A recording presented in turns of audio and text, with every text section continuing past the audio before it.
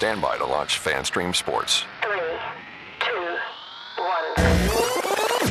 Let's start. Hello, sports fans. Welcome to FanStream Sports. Nothing but pure sports. This is the JP Show. JP, it is so good to hear you back on the air. Stand by. Now, here's JP. All right, welcome into a Tuesday edition of the JP Peterson Show. Man, I feel like this is we're just being fed news and happenings and everything through a freaking fire hose, and I love it because I hope you guys are here to chat about it today. Light up the comments. We're going to be talking Bucs, college football, coaches being introed all over the country, winning press conferences, some losing press conferences. Interesting stuff going on in college football. The Bucs are on a comeback with their health. Yay. That's great. The Lightning are on a freaking roll of a lifetime. So we got tons of stuff to get to that. The most embarrassing kicking moment in history happened last night, I think. Garrow, your premium notwithstanding. So that was in a Super Bowl, though, too. Yeah, exactly. Tim Ham is with us. IndyCar Tim, how are you, partner? I am doing better today than I have done in a week because pulling the curtain back, as I often do on this show, I got the catheter yanked out yesterday. Yeah, baby. Yeah. Woo! Woo! I can have sex again, JP. Oh, well, that's exciting. I mean, thank you for that. Not with someone else, but yeah. So I was gonna ask you if you were feeling better. So it's good to know. Yes. I am dreading the outcome of our bet that I clearly lost on Saturday. And the Aggies had to win something on Saturday because they sure couldn't win a football game. I'm going to have the coach of Florida State University, Luke Laux, with that performance that they put on, he should be doing the conditioning instead of me. Wow. That was freaking ugly. That was ugly. Oh, I got to send you a little video that Ashley made. I dragged her to the FSU game, a basketball game. Yeah, we went to a little pregame party beforehand. It was great. Oh, we're going to go see our new basketball coach, new basketball team. Luke was on the show on Friday. Yep. It was really good. It was fun. We had our little wager. He was all stoked too, man. He was ready to go. Yeah, whichever team won, the other one had to do the conditioning drills, the Florida State conditioning drills. And, that'll be me. 19-3 was the score. 19. Yeah. That's a good start. 27-6, I believe it was at one point. Mm-hmm. Good God. Florida State was awful at basketball too. Texas A&M. What happened? It was ugly. Sometimes you go into, it was kind of a weird setup. Let me, cue the excuse making for the Florida State Seminoles. Here we go. I don't know. It was a different atmosphere. Texas A&M certainly figured out how to shoot on the rims, but it was kind of like behind the, normally there's stands and everything right behind the baskets. There was these huge wide opening. I don't know, whatever. They sucked. That's what happened. Just for all the folks that didn't see the game, I'm putting the score up on the screen. 28% from the field, 28%, 22% from three, and shot 41 3-pointers. And that's what they're going to do. They're going to shoot threes. They're going to shoot threes and a ton of them. They're going to run up and down the court. They're going to try to press you and steals and everything, but it was freaking ugly. 52-24 at the half, JP. 95-59 was your final. Good God. Just horrible. Horrible. No, this is a team that had to lead against Florida at Florida. But yeah, they were awful. They played Georgia tonight. A 7-1 Georgia team. That could be ugly, but who cares about basketball right now? So not only did I endure that, and then the football game on Saturday, FSU Florida, and where FSU was completely non-competitive. Not only do you lose to a 3-8 Gator team, but you have a running back run 32 times for 266 yards and just bitch slap you. And you give no effort whatsoever to do anything about it. I mean, the lack of pride, the lack of physicality, my two favorite teams to watch, the Bucs and the Noles, like the level of physicality defensively on both of those teams, like doesn't even equal up. Like if you're on a volume knob, you might get to a 1.5 soft. soft. Watching the all-22 last night of the Buccaneers, it's just soft. They're a very soft defense. They don't intimidate anyone. We were talking about this yesterday. Like, I'm trying to remember. Anton Winfield had a nice physical tackle at the end of a run, end of about an 9-yard run. He kind of planted one of the running backs. After that, I don't think there was one hit in the game that I would go, ooh, that's physical. Like that shot on Jackson Dart last night by Ellis. Woohoo! That was a football hit, JP, that we don't often see anymore in football. And no flags. That was the best part of it, dude. It was 100% legal. You had almost the benches clearing on a legal hit. I loved it. I loved every part of that. Yeah. And I love Jackson Dart. And you know what? That is all on him for staying in bounds. And they talked about it on the broadcast that he has been told, if you're going to stay in bounds, you're going to get drilled. Yeah. Rightfully so, man. That's football. I loved that so much. Yeah. Yeah. That was a shot. But let's be honest. If that's Patrick Mahomes or Tom Brady, well, first of all, Brady would definitely get out of bounds. But if that was Mahomes, and Mahomes does this all the time, by the way. Yep. Mahomes does it all the time. He takes that extra yard, just like Jackson Dart was trying to do. But everybody in the league knows you don't touch Patrick Mahomes. Jackson Dart, fair game. Jason. See, I think this year, Mahomes is one of the reasons they're emphasizing that. And for those that don't know, they talked about it on the broadcast. Jackson Dart was straddling the sideline, and most quarterbacks will just lean and go out of bounds before they get hit. Jackson Dart did not, and he got absolutely slobber knocked. It knocked him on his head, off his feet, landed upside down, out of bounds. It was amazing. But Patrick Mahomes is one of those guys that does that, but he'll, at the last second, get out of bounds, and he usually draws up a hit and draws a penalty. Well, the league has come down and said, you guys can't do that. You have got to get out of bounds faster. We're going to stop throwing that flag. Yeah, good. Because the defender has nowhere to go. That's right. Absolutely, 100%. And that's how it should be. It was almost a Scott Brantley, Eric Hipple hit. Not quite to that level. Not quite to that level, but it was close. It was close. You ever see the Ron Jaworski hit?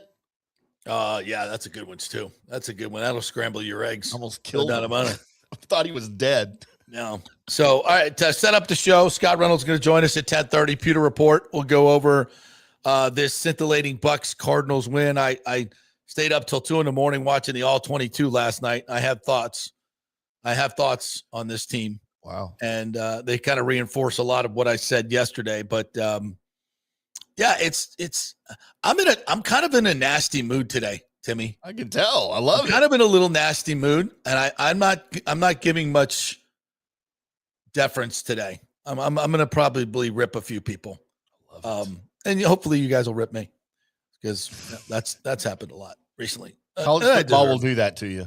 I deserve it. I must admit.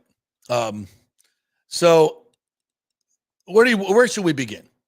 Where should we begin? Buccaneers, college football. Let's hit the Bucs first. Let's hit the Bucs. Yeah, local. Live and local. Let's hit it first, quick, and then because we're going to spend a lot of time with Scott Reynolds on that. By the way, Corey Long, longtime college football, high school recruiting guy here in the state of Florida, super knowledgeable about all the different programs here and college football recruiting in the state of Florida, will join us in studio for an hour. We're going to talk a lot of college football in the second hour.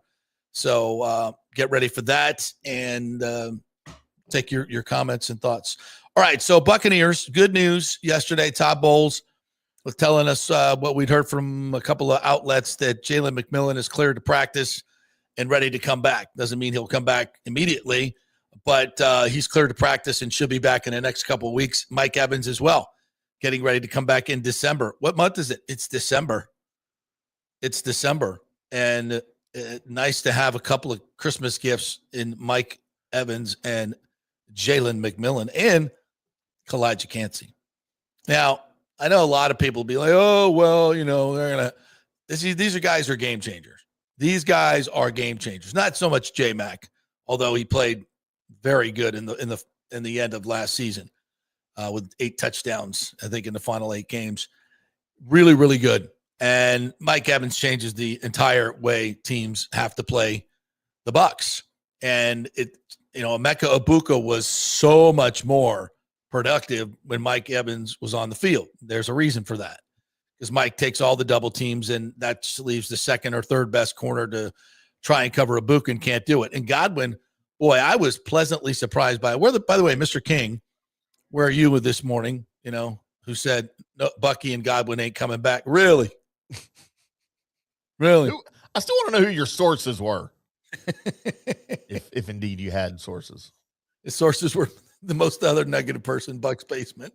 Yeah.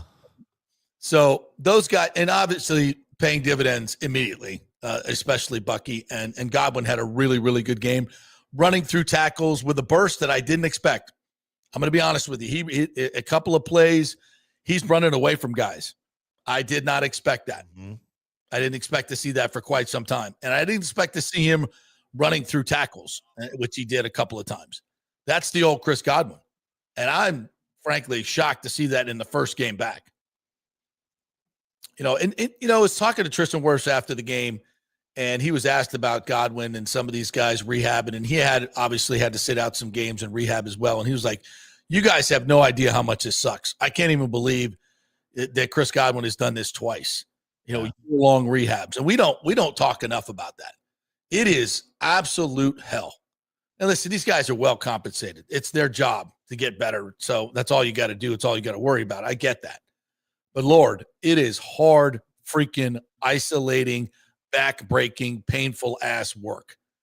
And it takes a lot of commitment to want to do it, especially when you're as rich as these guys are.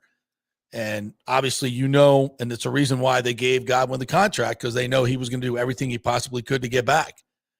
And Lord, I just hope that he can get a nice run here without getting injured. He deserves it. So great to have him back. And listen, when he's right, he's a top 10 receiver in this league. And the blocking, what he allows you to do on third down. Did you forget how much Baker went to him on third down? Like all the freaking time. He's the guy that moves the chains, and in the red zone. And Mike obviously is your red zone guy. These and the Bucs have struggled in the red zone. It'd be amazing if you had a tight end that could catch the ball. Yeah.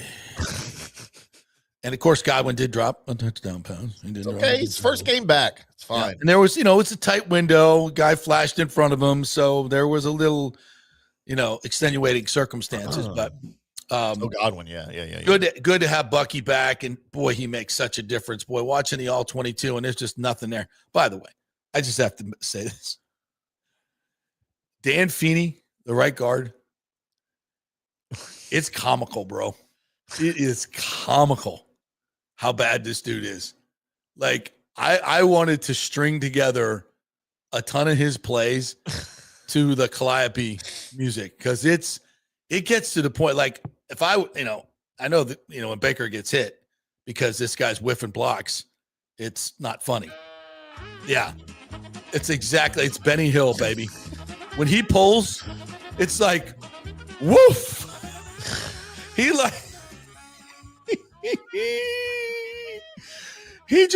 pulls, and there's this guy in the hole, and he just whiffs. He just misses guys completely. Gets knocked on his ass. On the play that Bucky scored on the outside, I think it might have been one that was called back, or was it the one? I forget which one it was. But he gets submarined, like just knocked on his, just right on his ass. It's comical how bad this dude is. He is, and I can't, like, with Bredesen back, they got to move Michael Jordan to right guard. This guy is awful. But anyway, I digress. But there were some other really good things you saw. I thought Yaya Diaby had a really, really good day. A really, really good day. But the one thing that really freaking stands out to me, and this is, something that has been ongoing, is when the Bucs score. Like, I'm trying to go back to the my notes here. When the Bucs scored to go up 2-2, okay, and it happened twice in the game. Both times, the the Cardinals came back and scored their touchdown drives. They answered our 2-score lead with touchdown drives. And when I tell you those drives were so easy against this defense, it's almost, again, comical to watch. It's just one same defensive call after another. Rush 4, fall back in zone, and they just eat you alive. Wide open receivers, no pressure whatsoever, right down the field. And here's the weird part. When Bowles did blitz, when he sent Servassier or Levante up the middle, it worked almost every single time. Almost every single time. Something good happened defensively. But yet, for the entire length of the drive in the fourth quarter, you just sat back and let them go right down the field. 9 plays, 74 yards, 4 minutes, never had a third down. Never even needed a third down because you're averaging 6.3 yards per play for the game. On that drive, I think it was more like 7 yards per play, maybe 8. It's comical. It's just like, hey, here we go. As soon as we get a 2-score lead, rush 4, and at times they were getting pressure rushing 4, but not consistent. I would say maybe 10% of the time. The other times, Brissett's back there padding the ball, waiting for McBride to come open, wide open, easy throw, touchdown, 25 yards, dump it down to Bam, another 20 yards, another 12 yards. Just easy, like easy as you can possibly get. Wide open receivers, no pressure, quarterback standing in the pocket, delivering the ball like a freaking practice. But as soon as you blitz, something good happens. Now, I understand you can't blitz every play, but good Lord. On a 9-play drive, you're just going to sit there and take it? It's unbelievable. And this is why the Bucs don't blow anybody out. As soon as they get a 2-score lead, the offense goes into deep freeze. Baker's pulling balls down when guys are wide freaking open on third down. The defense is completely passive when they get two-score lead. And it just, boom, they're right down the field. When they're blitzing and running these different fronts, they can't move the ball. But as soon as you get a 2-score lead, oh, there we go. We're good. We're good. Back it up. Right down the field. Right down the field. It's maddening. It's absolutely maddening to watch. And I don't know where, Todd Bowles early in the year was much more aggressive offensively and defensively. And that's since the bye, that seems to have just gone away. And they better get some fire back in them. I talked a little bit about this yesterday. And when you go, Simeon was into the Ring of Honor. And I know you can't compare the 2002 defense to the 2025 defense in terms of talent. I get it. You can't. It takes no effort to play hard. I mean, I'm sorry. It takes no talent to play hard. Sorry. It takes no talent. You don't need 5 Hall of Famers to play hard. You don't need that. You don't need Rondé Barber and John Lynch. And you don't need all those guys and Sapp and Brooks and all those guys to come up and smack somebody in the face. You just got to want it. You want to play hard. You want to play physical. And, yeah, you got to have the right guys. Servassier Dennis is getting run over by kick returners. He's playing special teams, and the kick returner, I was, and the guy returns, he makes the tackle, and the guy falls forward for 4 yards. You're a linebacker, bro. It's 147. I don't know what he is, but he's a kick returner. You got a free shot, and you're getting run over. And you want to talk about if an offensive tackle even gets near Servassier Dennis, he's got no shot. Can't get off a block. Can't get off a block. Totally non-physical. At times, doesn't even look like you're trying to get off the block. And I see that with a lot of guys on this defense. Either they're not really good or they're just really easily blocked. And to me, when I turn on a tape and I see a good defense, you can't block those guys. Yeah, they're probably bigger and stronger. That would be nice. Let's work on that. But more than that, it's just a will and a want to. Like, I'm coming across your face, Graham Barton, even though I'm in the gap to your left and you're trying to, you've got an angle on me. I'm just going to cross your face and throw you down and tackle the ball carrier. We're not physical, with the exception of maybe Tristan Wirfs and Bredesen at times. We are not physical. And Gedeke. I'll give you Gedeke too. But the interior of this offensive line is soft. And thank God we got Bredesen back. But, Graham Barton, I don't know what's happened to Graham Barton, but he's just being thrown around like a rag doll at times. This team is, especially defensively, just soft. And it's hard to watch. I know they only gave up 17 points. They got a couple of turnovers. I'm going to do a shout out to Logan Hall on that caused fumble. He getting double teamed and is on his knees and reaches out and punches the ball out. It's a hell of a play. It's a huge play. Nullified at least 3 points, maybe 7. Hell of a play. Yaya had on that sack that he got where he ran down Brissett. He was double teamed, busted through the middle, never quit, ran his ass down while, on the backside, Hassan Reddick was kind of watching. It just, there is no intensity to this defense. None. You don't see guys flying around. You don't see big hits. It's rare. And in the most embarrassing moment of the day, when they throw a flat pass to Bam Knight, I think it was Bam, or Mike may have been Carter, in the flat, and Parrish comes up and hits him, and you got 2 other guys coming. Now, this is a perfect opportunity for the second guy to come in and punch the ball, get it out, and the third guy to at least tackle him. And what did the clown show do? Parrish falls to his knees. Here comes Zion McCullum throwing his shoulder and absolutely not wrapping up anybody. And here comes Servassier Dennis, the second guy that doesn't wrap up. Brings no arms whatsoever. 2 guys just going in with a shoulder pad. NFL football. NFL football. Nobody punching at the ball.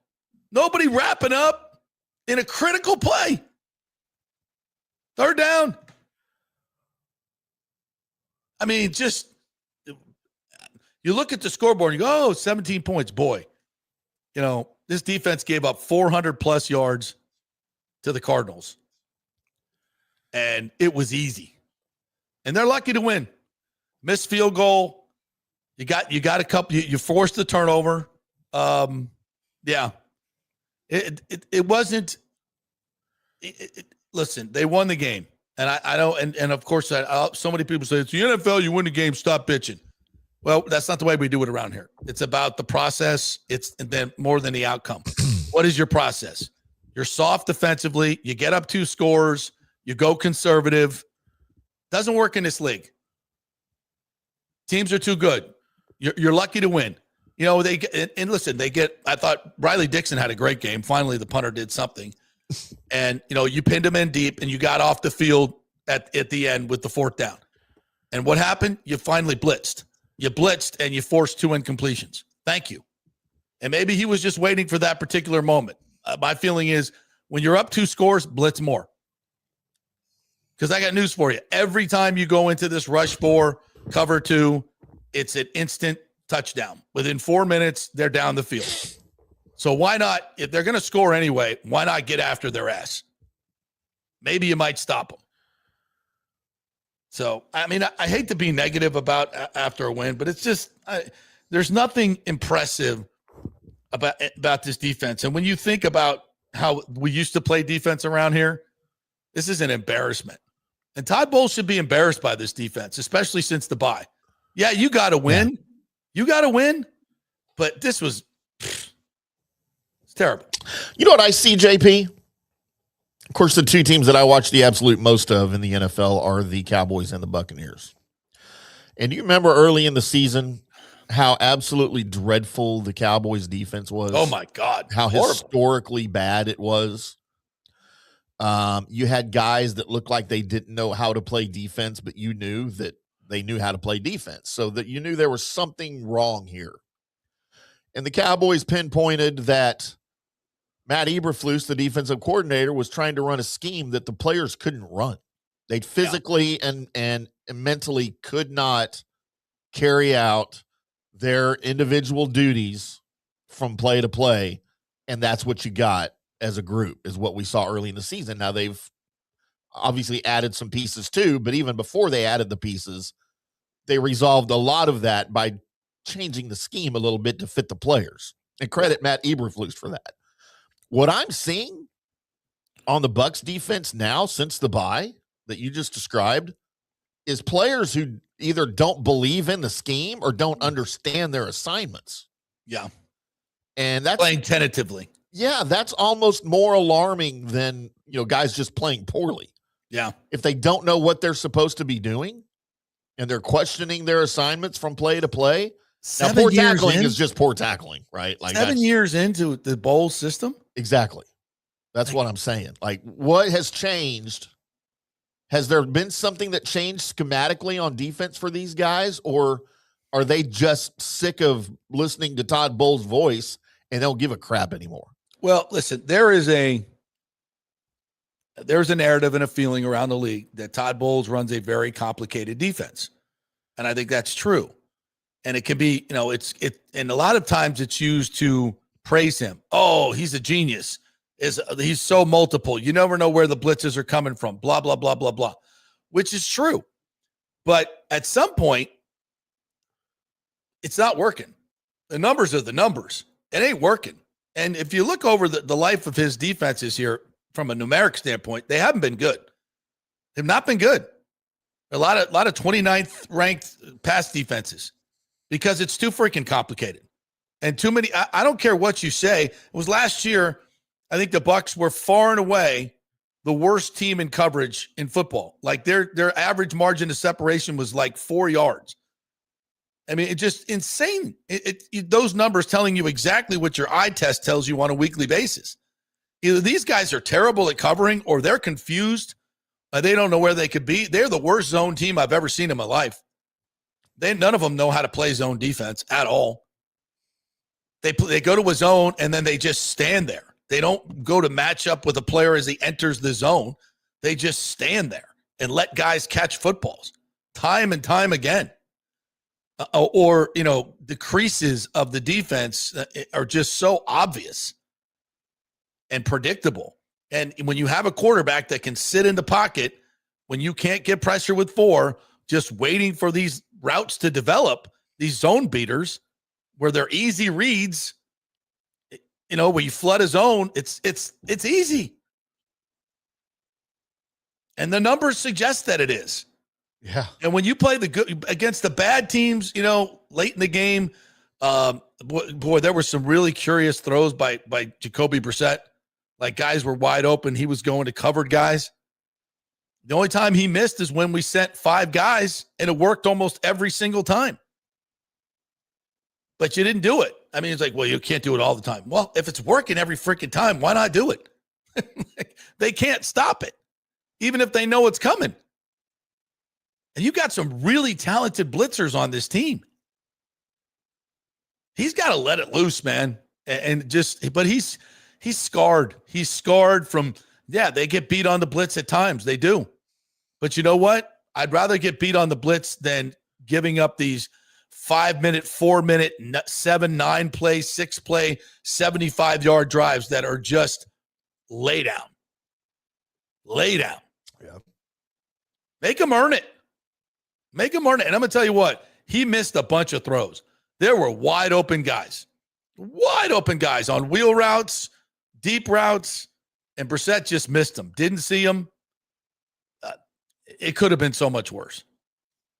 All right, we'll talk more Bucs with Scotty when he gets up here. We're going to take we got a lot of USF stuff we're going to get to. Alex Golish introduced at Auburn. We'll play some of that.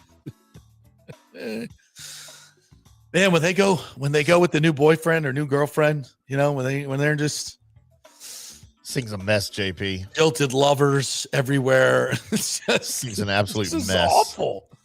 Fans getting screwed right and left. Players getting screwed. Players getting screwed. Man. Oh, we'll get to all of it. All right, we're brought to you by the Jeeves Law Group, JEEVES lawgroup.com. They're local, they are trusted, and they get results. If you're in an accident, you got to give them a call.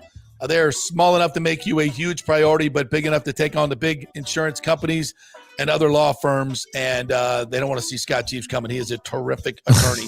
JeevesLawGroup.com. Not attorney spokesman, offices Tampa and St. Pete. And the great folks at Genesis of Tampa. It's December. You want to buy a car for Christmas? Get somebody a beautiful Genesis GV70 or 80. Great deals going on right now. Great lease deals happening. And a great local company. Again, we love to support those local companies and keep it local for the holidays. Genesis of Tampa is one of those great companies. Just gave away 90 turkeys to Thanksgiving, the families around the area. So go see them over there. Tell them JP sent you. Back in 3 with Scott Reynolds. Experience the art of driving at Genesis of Tampa, where luxury meets innovation and every detail is crafted for you. From the bold G70 to the refined GV80, Genesis delivers power, elegance, and technology years ahead of its time. Book service online, and our Genesis Experience advisors will pick you up and drop off your vehicle. If available, you can enjoy a courtesy car while yours gets a complimentary interior vacuum plus a generous offer for your trade. Every new Genesis comes with the Miracle Advantage Plan, 10 years or 250,000 miles of powertrain warranty and 4 years of complimentary maintenance. Visit us at 801 East Bears Avenue or online at genesisoftampa.com. Genesis of Tampa, luxury redefined. Italiano Insurance would like to congratulate the Bucs on their 50th anniversary season. And you know what? We've been here for every season and then some, over 60 years in business. We've seen some smart coaches with great game plans, but if you don't have flood insurance or business insurance, that's a terrible game plan. That could ruin you financially. You don't want to take that L. So call 813-877-7799 and let their friendly agents quarterback your insurance and save you big money. Italiano also sponsors our FSU report every week, so go Noles. 813-877-7799 or go to italianoinsurance.com. Although it may seem tempting to go without health care insurance, the financial risk far outweighs the gain you may experience. For example, did you know if you simply broke your leg, it could cost you nearly $7,500? Put on top of that a hospital stay, you could be looking at $10,000 to $15,000. Ensuring that you don't go uncovered is so important, as according to CNBC, high medical bills are the highest contributing factor to why Americans end up taking money out of their retirement savings, or worse, find themselves filing bankruptcy. So go to don'tgouncovered.com or call 800-669-1505. Now, depending on your income, you can get plans for zero premium. Our experts will guide you through the process effortlessly. They will shop many plans and find the one that's right for you. I called and I have full health coverage through Florida Blue for zero monthly premium. It's a free call. So why go uncovered? It's a huge risk. Go to don'tgouncovered.com or call 800-669-1505. That's 800-669-1505.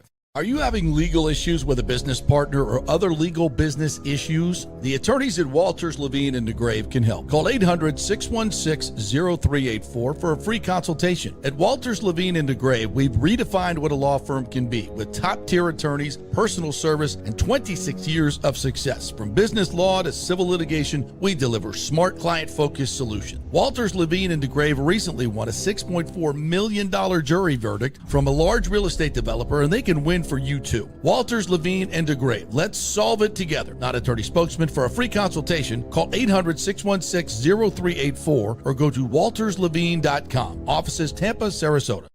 Let's go. Right now, back to the show on FanStream Sports. All right, welcome back to the JP Peterson Show, brought to you by the great folks at the Gold and Diamond Source. The holidays are the best time to get engaged, kids, because all of the family is all together. And at the Gold and Diamond Source, they have thousands of diamonds to choose from in their jewelry wonderland. Looking for a gift that says forever? Find stunning engagement rings, diamond earrings, diamond bracelets, the most stylish gold fashion, and plenty for men and their new men's and watch department. There's something for everyone on your list.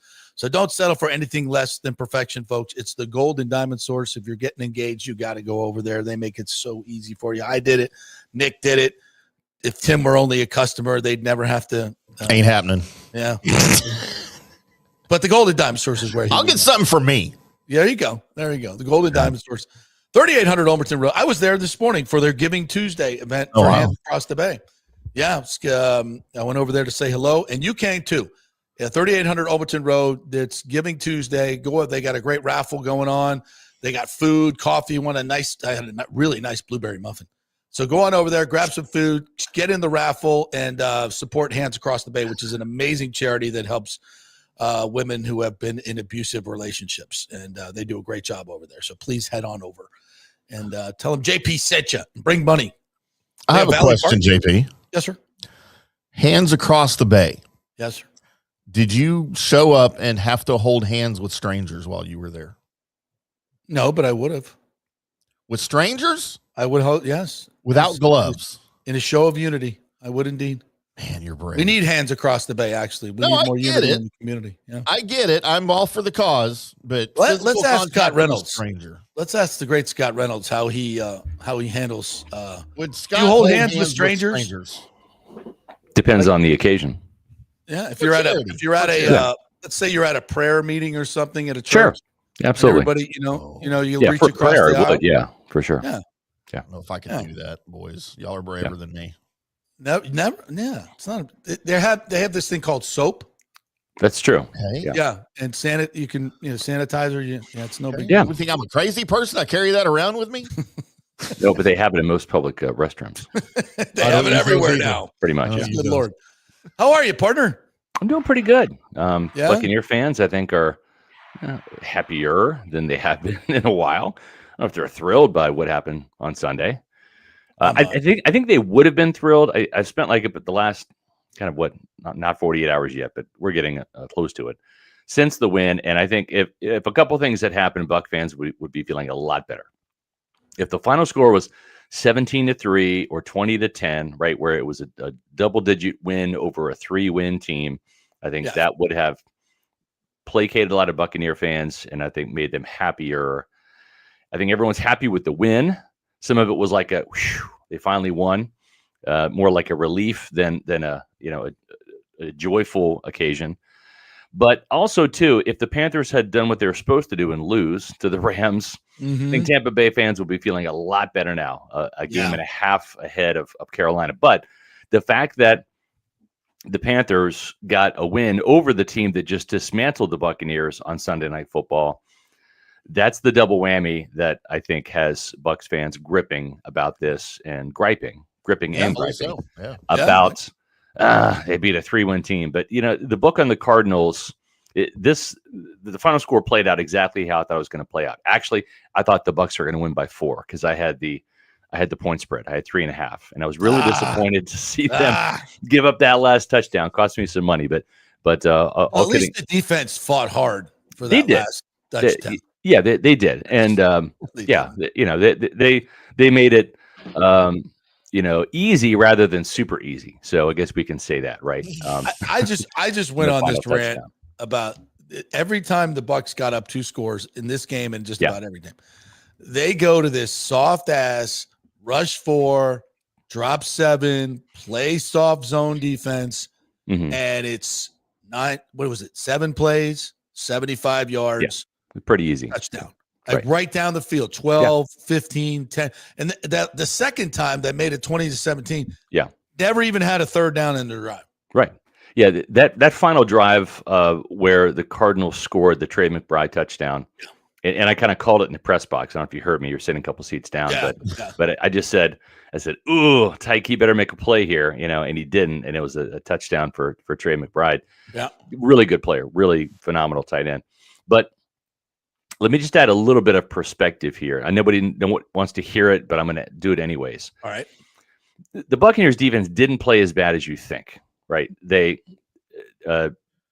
allowed that last touchdown, which didn't sit well with anybody. I get that. It was a closer game than it should have been, but they did get 2 4th-down stops. And they on the final drive, they didn't allow the Cardinals outside of the shadow of their own end zone. So that was a quick stop. It wasn't like in a midfield or they crossed midfield and finally got a stop. That was like a series all game. That was a shut the door, boom, and they're done. They did that twice on 4th down.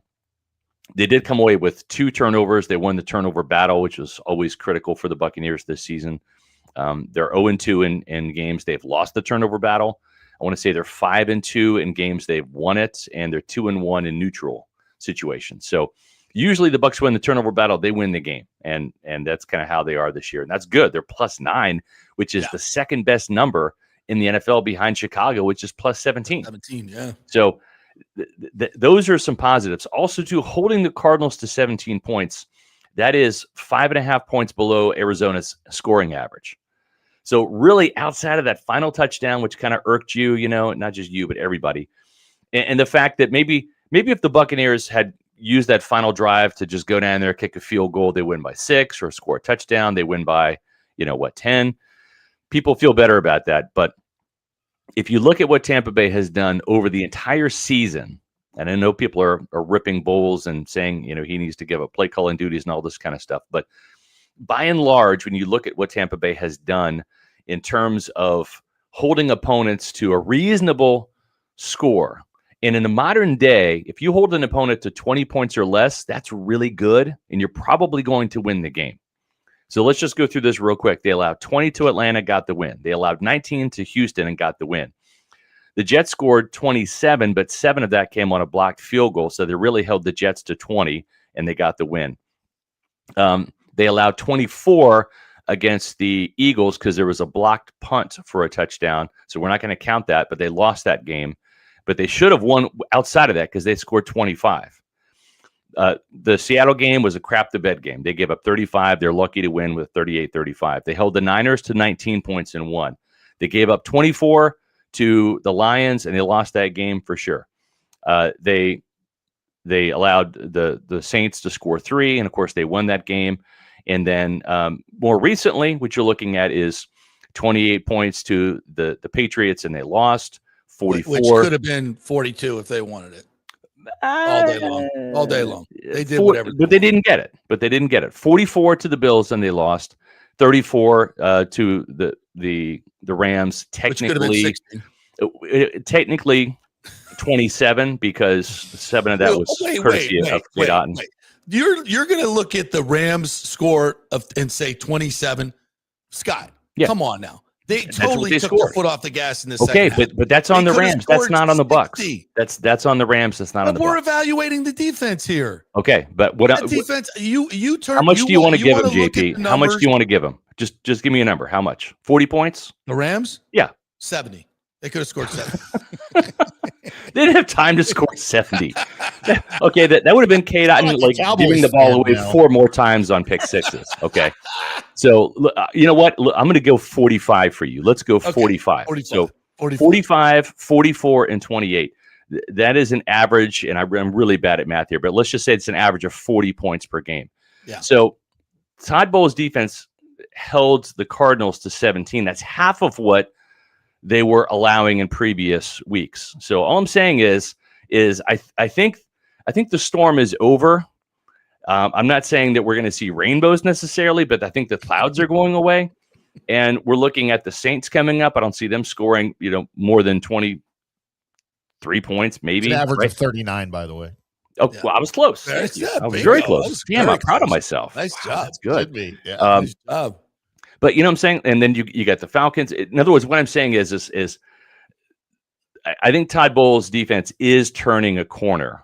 And I think it's getting back to where it was at the beginning of the season, which is holding opponents to around 20 points or less. And if they can do that, there's no reason why this offense, with Chris Godwin playing the way he did, with Bucky playing the way he did, with a healthier Baker Mayfield, with Jalen and Mike, on deck coming back, this offense should be averaging somewhere between 24 to 30 points per game every week out. Yeah, so absolutely. If you have a Todd Bowles defense that is holding opponents around 20 points per game and an offense scoring 24 points or more, it should be win, win, win, win, win all the way through the rest of the season here. We'll see what happens, but I'm just saying we have to look at the entire season, not just the 3 weeks that were bad, to make our conclusions. Because now listen, if the Bucs defense had given up 27 to Arizona and won 30-27, I wouldn't be opening my mouth about the defense right now. But the fact that they held them to 17, got 2 takeaways, had a couple 4th down stops, held the Cardinals 5.5 points below their season average. That's not bad. Yeah, I guess what go ahead, Timmy. No, and I was going to say, when you're looking at these Cardinals, I know they're kind of a different team than they were early in the season. And I think they're honestly a better team with Jacoby Brissett at quarterback. Mm-hmm. But they've played some really good teams very closely this year. No doubt. I mean, they lost to Jacksonville by 3, right? You got blown out by San Francisco and Seattle. You lost to the Packers, who I think is a good team, by 4. You lost to the Colts when they were still good by 4. Yep. You lost to Seattle by 3. You lost to the 49ers by 1. Yeah. By 1. Yeah. So this is this isn't some slack team out there that you should have dominated like you did this. This is not the Saints. Right. All right. So yes, they made mistakes on defense, but they're not a horrible team. They're 3-9, but they're 3-9. Well, yeah, they're 3-9, but he outlined why they're 3-9 because they're not good in close games. They don't know how to finish. And to your point, you're going to say about Jacoby Brissett. You can look at the record, right? And usually quarterbacks are judged by the win-loss record. I'll just say this. In the last 3 games against the 49ers defense, which isn't bad, okay, Jacoby Brissett completed 82.5% of his passes 3 weeks ago for 452 yards with 2 touchdowns and 2 picks against the 49ers. Against the Jaguars in an overtime loss, 27-24 in Arizona, he completed 67.4% of his passes for 317 yards and 1 touchdown. I know fans are like, oh my God, they gave up 301 yards to Jacoby Brissett. True. But so did the 49ers and so did the Jaguars, and both those teams are going to be in the playoffs. So Jacoby Brissett is actually that's a reasonable number for what he was able to do the last couple of weeks. That's kind of on par for what Brissett has gotten. Well, I could just say this. When you look at the all 22, as I stayed up till 2 a.m. doing last night, and making all of these notes, and watching Zion McCollum just give up easy slant passes, watching 3 guys in the flat not even tackle Bam Knight, watching no pressure from a 4-man rush most of the time, watching wide open anytime a running back catches the ball in the flat, it's an easy 12, 14 yards. There's nobody there. There's McBride going down, finding the seams extremely easy. I'll tell you this about Jacoby Brissett. He missed a lot of throws, and there were wide open guys running everywhere. And the Bucs missed a lot of sacks. I went back and watched. They should have had 6 sacks. I was pretty. I wasn't even generous. I mean, but every time they blitzed, Scott, something good happened. Yeah, something almost every single time. So when you get a 2-score lead, why do you not blitz? Why do you not pressure?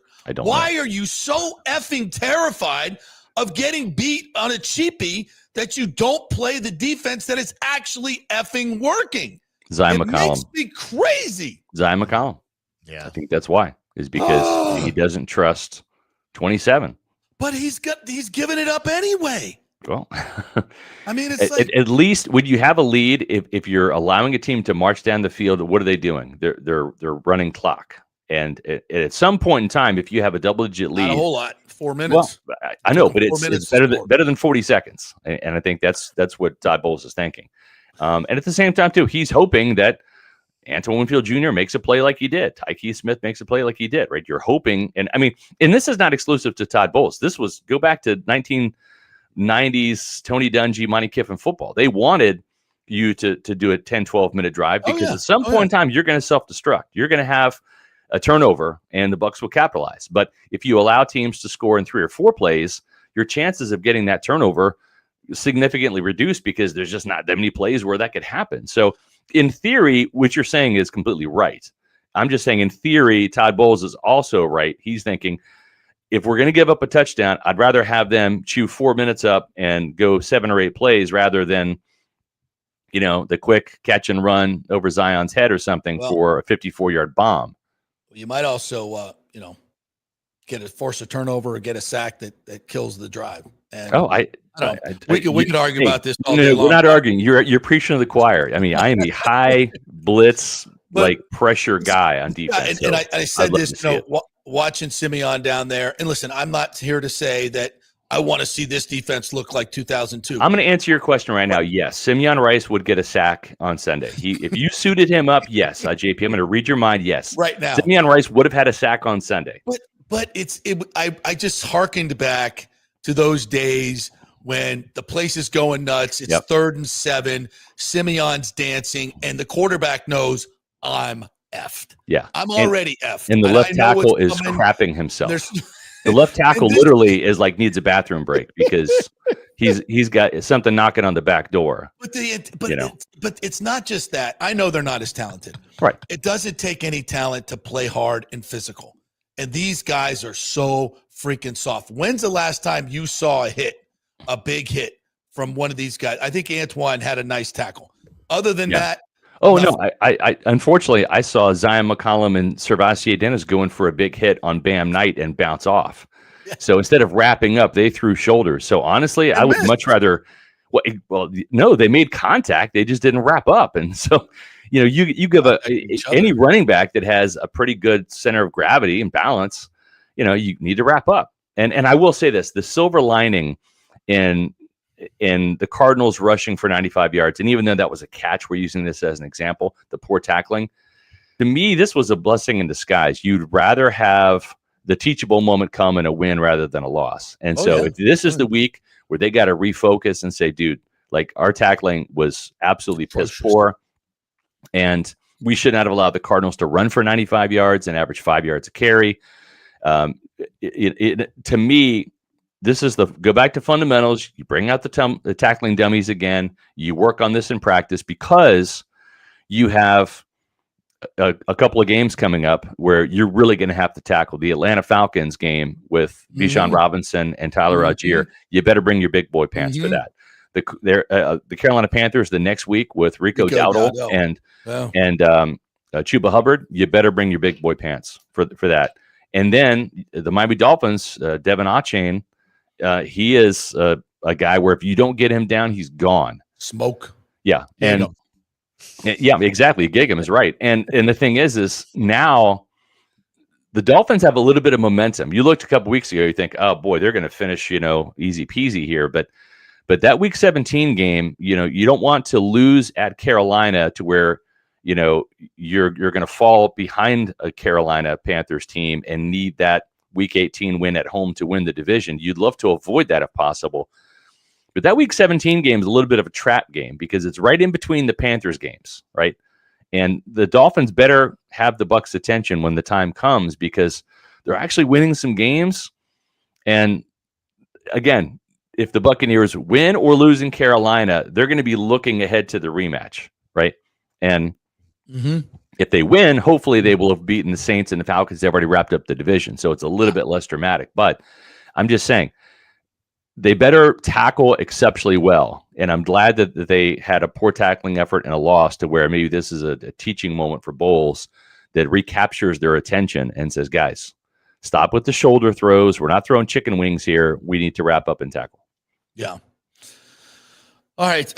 Another list of the all 22 standouts. And I thought it was a spectacular performance by one Dan Feeney. I don't think I've ever spectacular in a way spectacularly bad. Yeah. Honestly, and it's just not personal on him, but Lord, I was laughing, dude.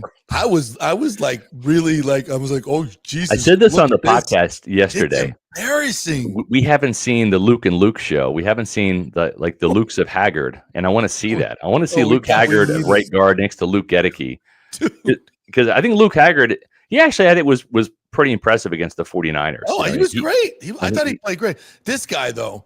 Man, he pulls and just totally whiffs guys, or the guy he's blocking is already crushed the running back. He's like 3 steps behind.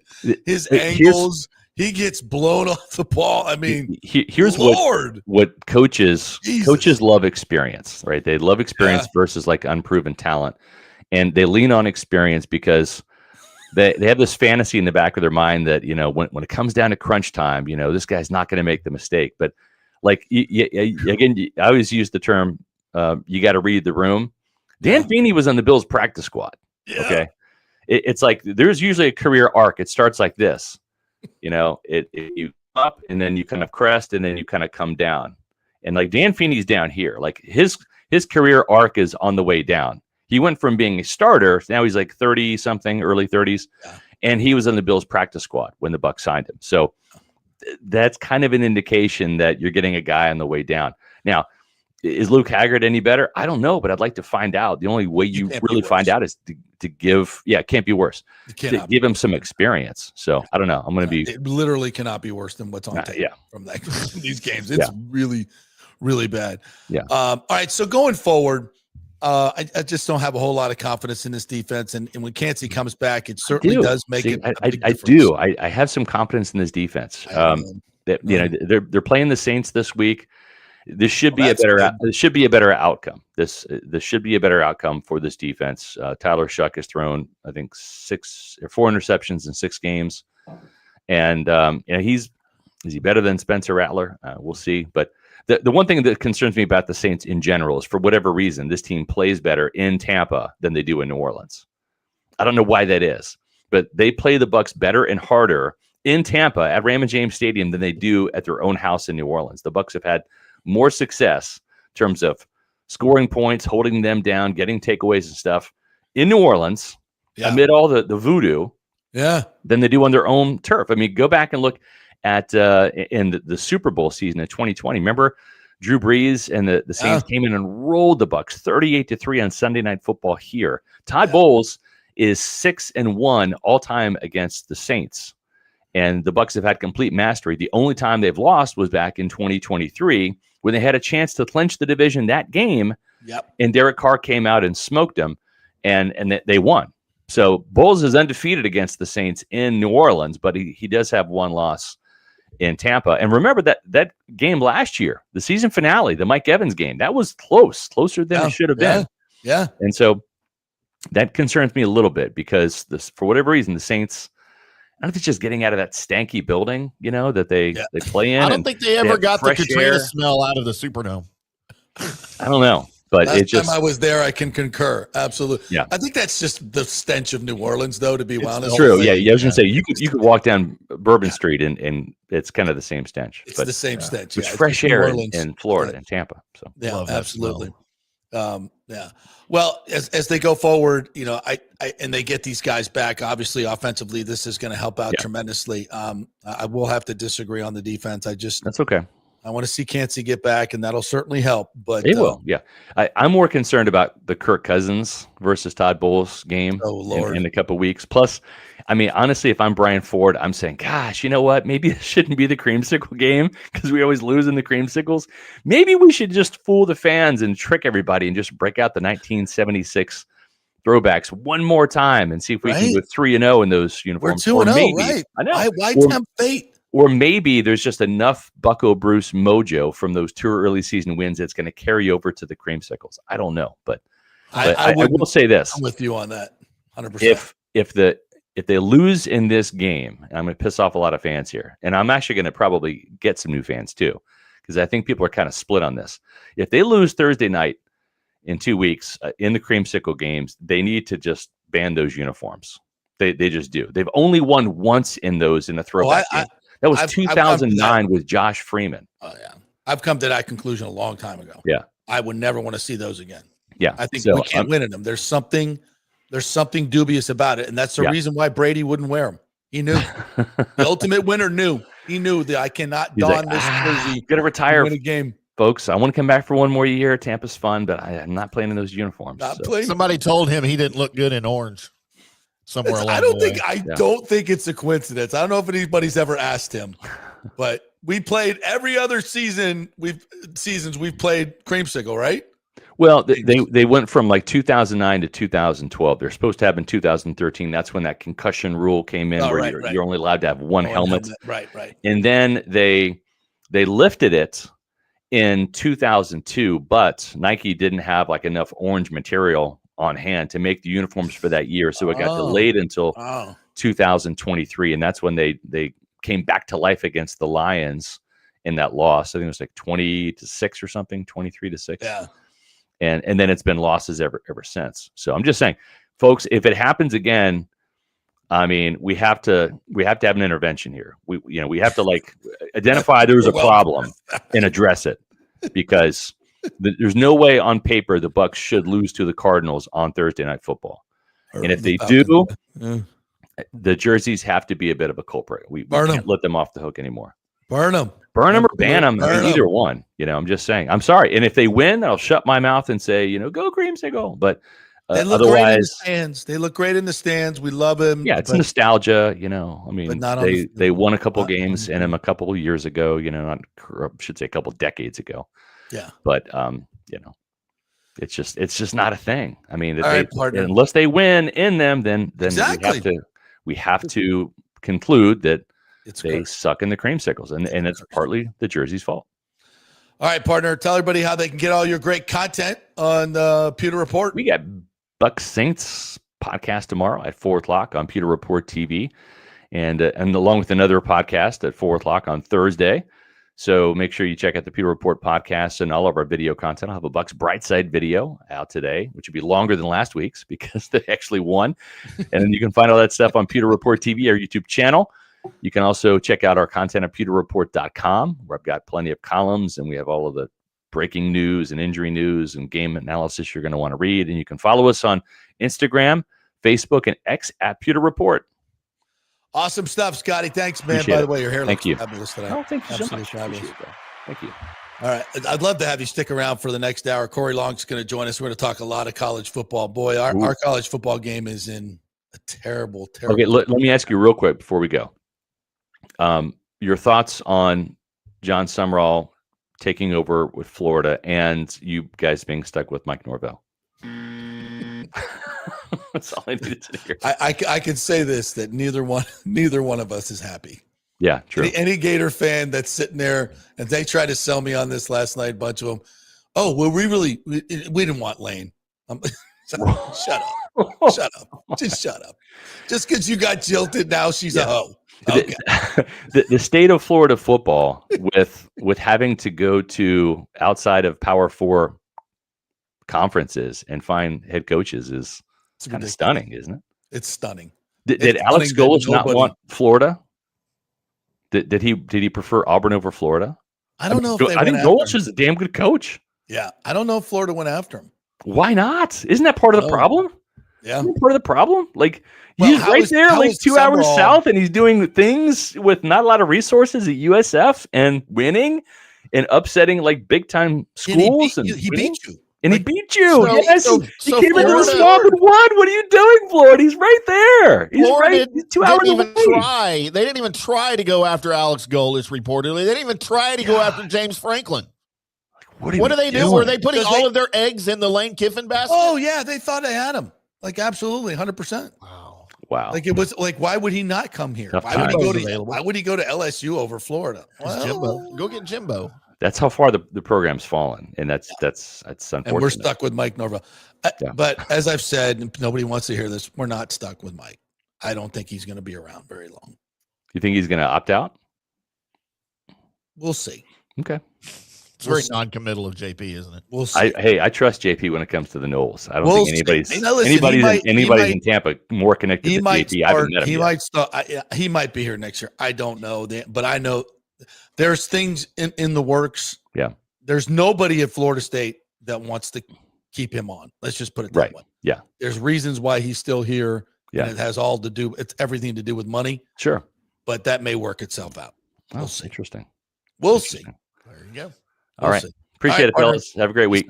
Thank you. All right. As mentioned, Corey Long's going to join us for the whole entire hour. Second hour, we're going to talk a lot of college football. So USF fans, Florida fans, FSU fans, get your questions and comments in. We're going to talk some hockey, too, because he covers the Bolts as well for NHL.com. And, boy, we've been on a roll there. And we're going to try to get these sound bites in. Alex Golesh, Derek Brooks on losing Alex Golesh and what is next. Bill Cowher ripping Lane Kiffin. I'll tell you why he's wrong. All that coming up right here on the JP Peterson Show. Stay with us. It's the holiday season, so come visit the wonderland of jewelry at the Gold and Diamond Source with over 25 times the inventory and selection of the average jewelry store.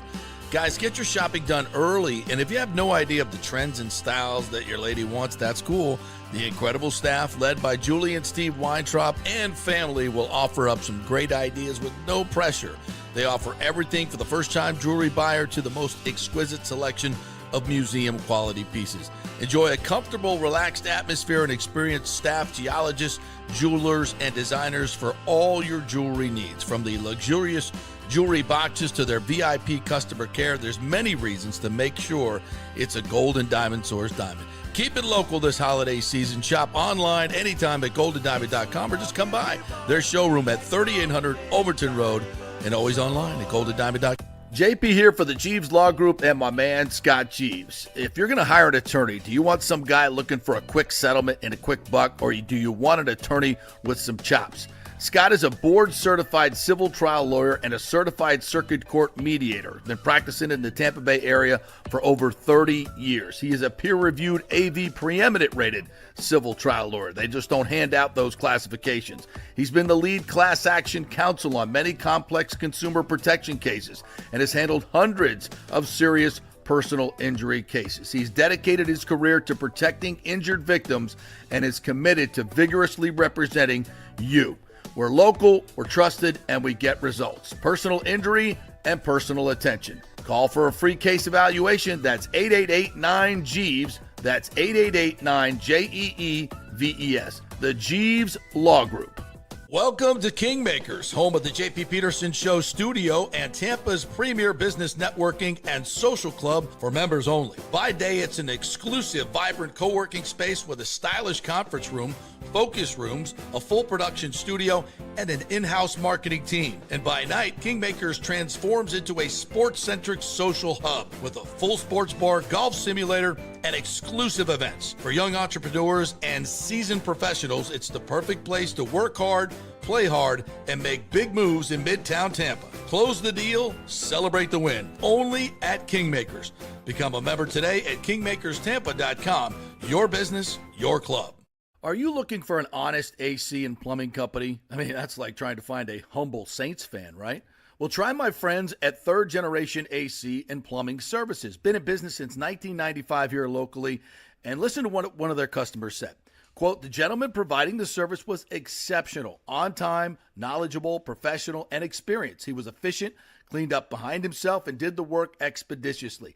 He not only repaired a sink, he repaired our toilet that was constantly running. We have used this company several times. They are awesome. Says it all, folks. Testimonials really say it all. Call 813-961-8024 for honest, fast service. 813-961-8024 or thirdgenerationplumbing.com. We also do AC.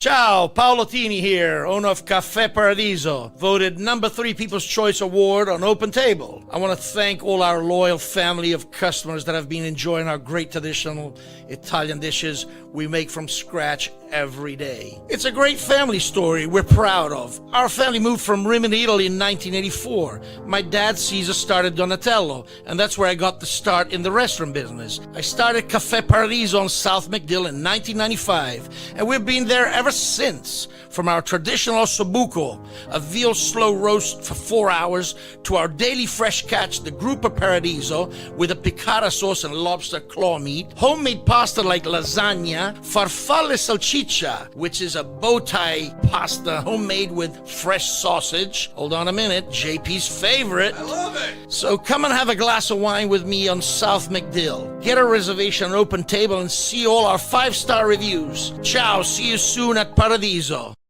Let's go. Right now, back to the show on FanStream Sports. Hey, welcome back to the JP Peterson Show, brought to you by the great folks at Italiano Insurance. It's a great time for that Italiano Insurance checkup, folks.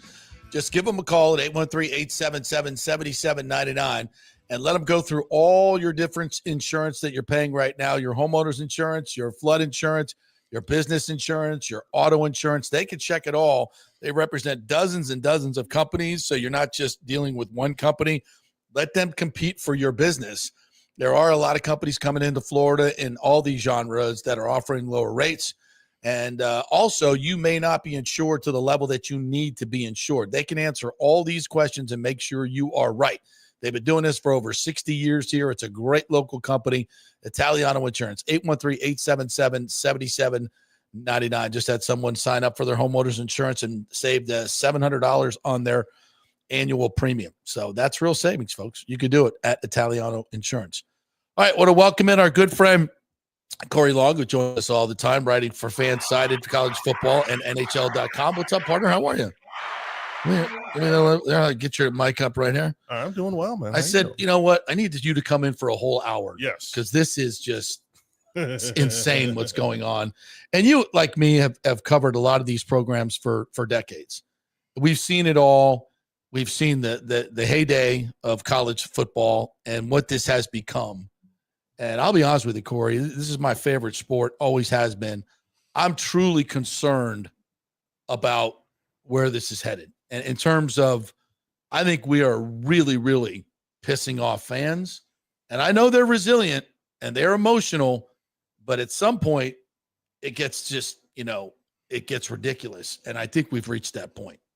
Well, I mean, these were things that, we can go back to our days when we talked 15 years ago, 12, 13, where I was, I would tell you, I said, there's a lot of, and I guess the words I used back then was a lot of people that were getting a lot out of college football that weren't putting a lot back into it. So, and a good way to put it.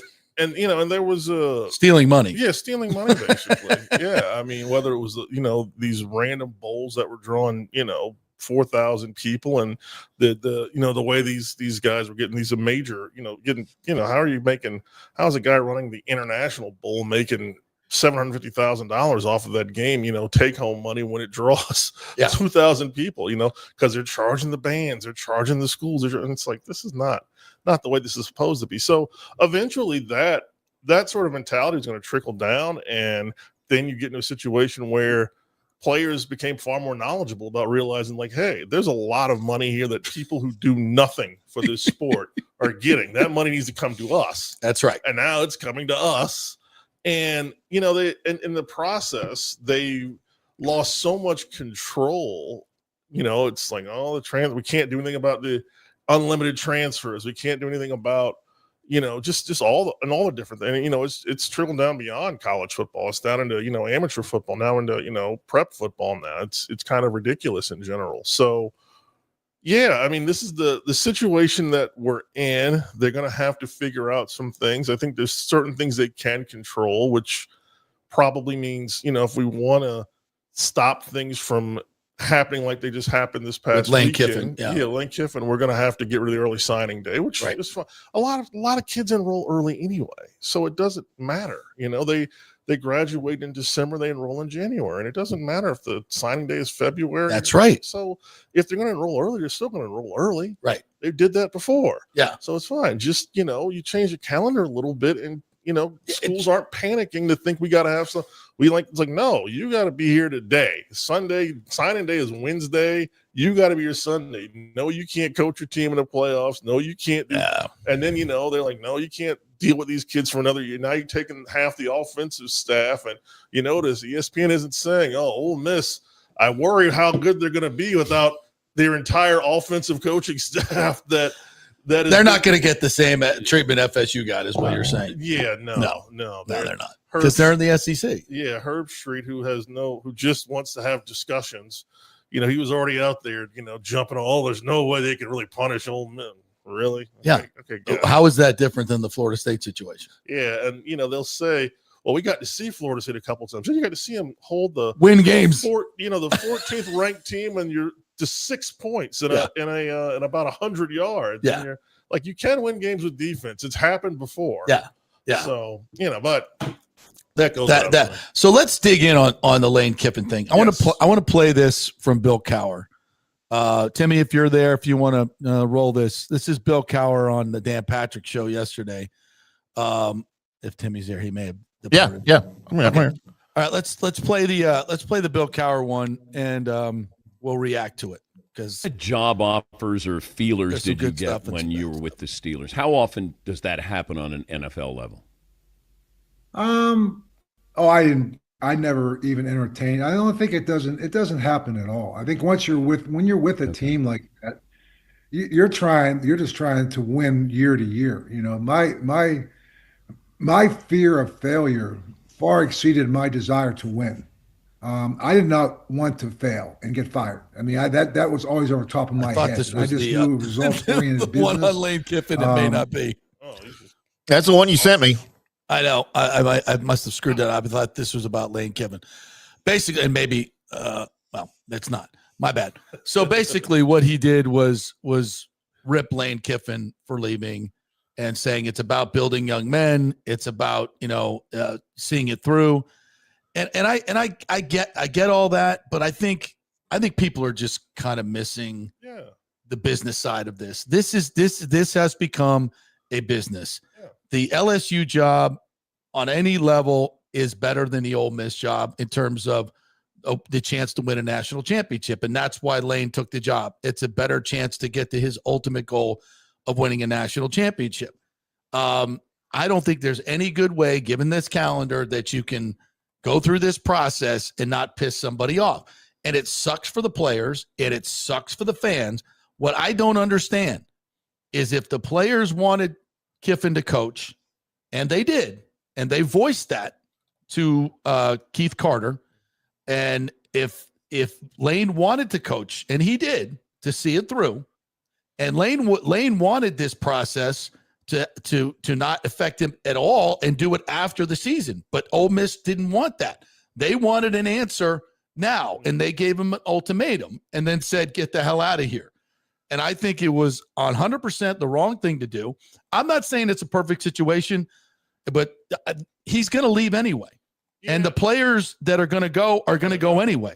So why not see it through and win a national championship or get into a playoff? You've never been in a playoff. You've never gotten to the playoff. You have a good chance, I think, to win and advance. And if you do and you win a national championship, you have that forever. Those players have that forever. The fan base has it forever. And you just pissed it away because you got butthurt that he chose a better program than yours. And I think this is something that is rampant throughout fan bases, including Florida State, including USF and everywhere, is they don't understand the process of what's going on right now. I'm not saying you have to like it, but I think this went, I think he's being vilified. He's an easy target. Let's just be honest about that. Oh, yeah, and he doesn't make himself any less of an easy target. No, he doesn't. He handles things.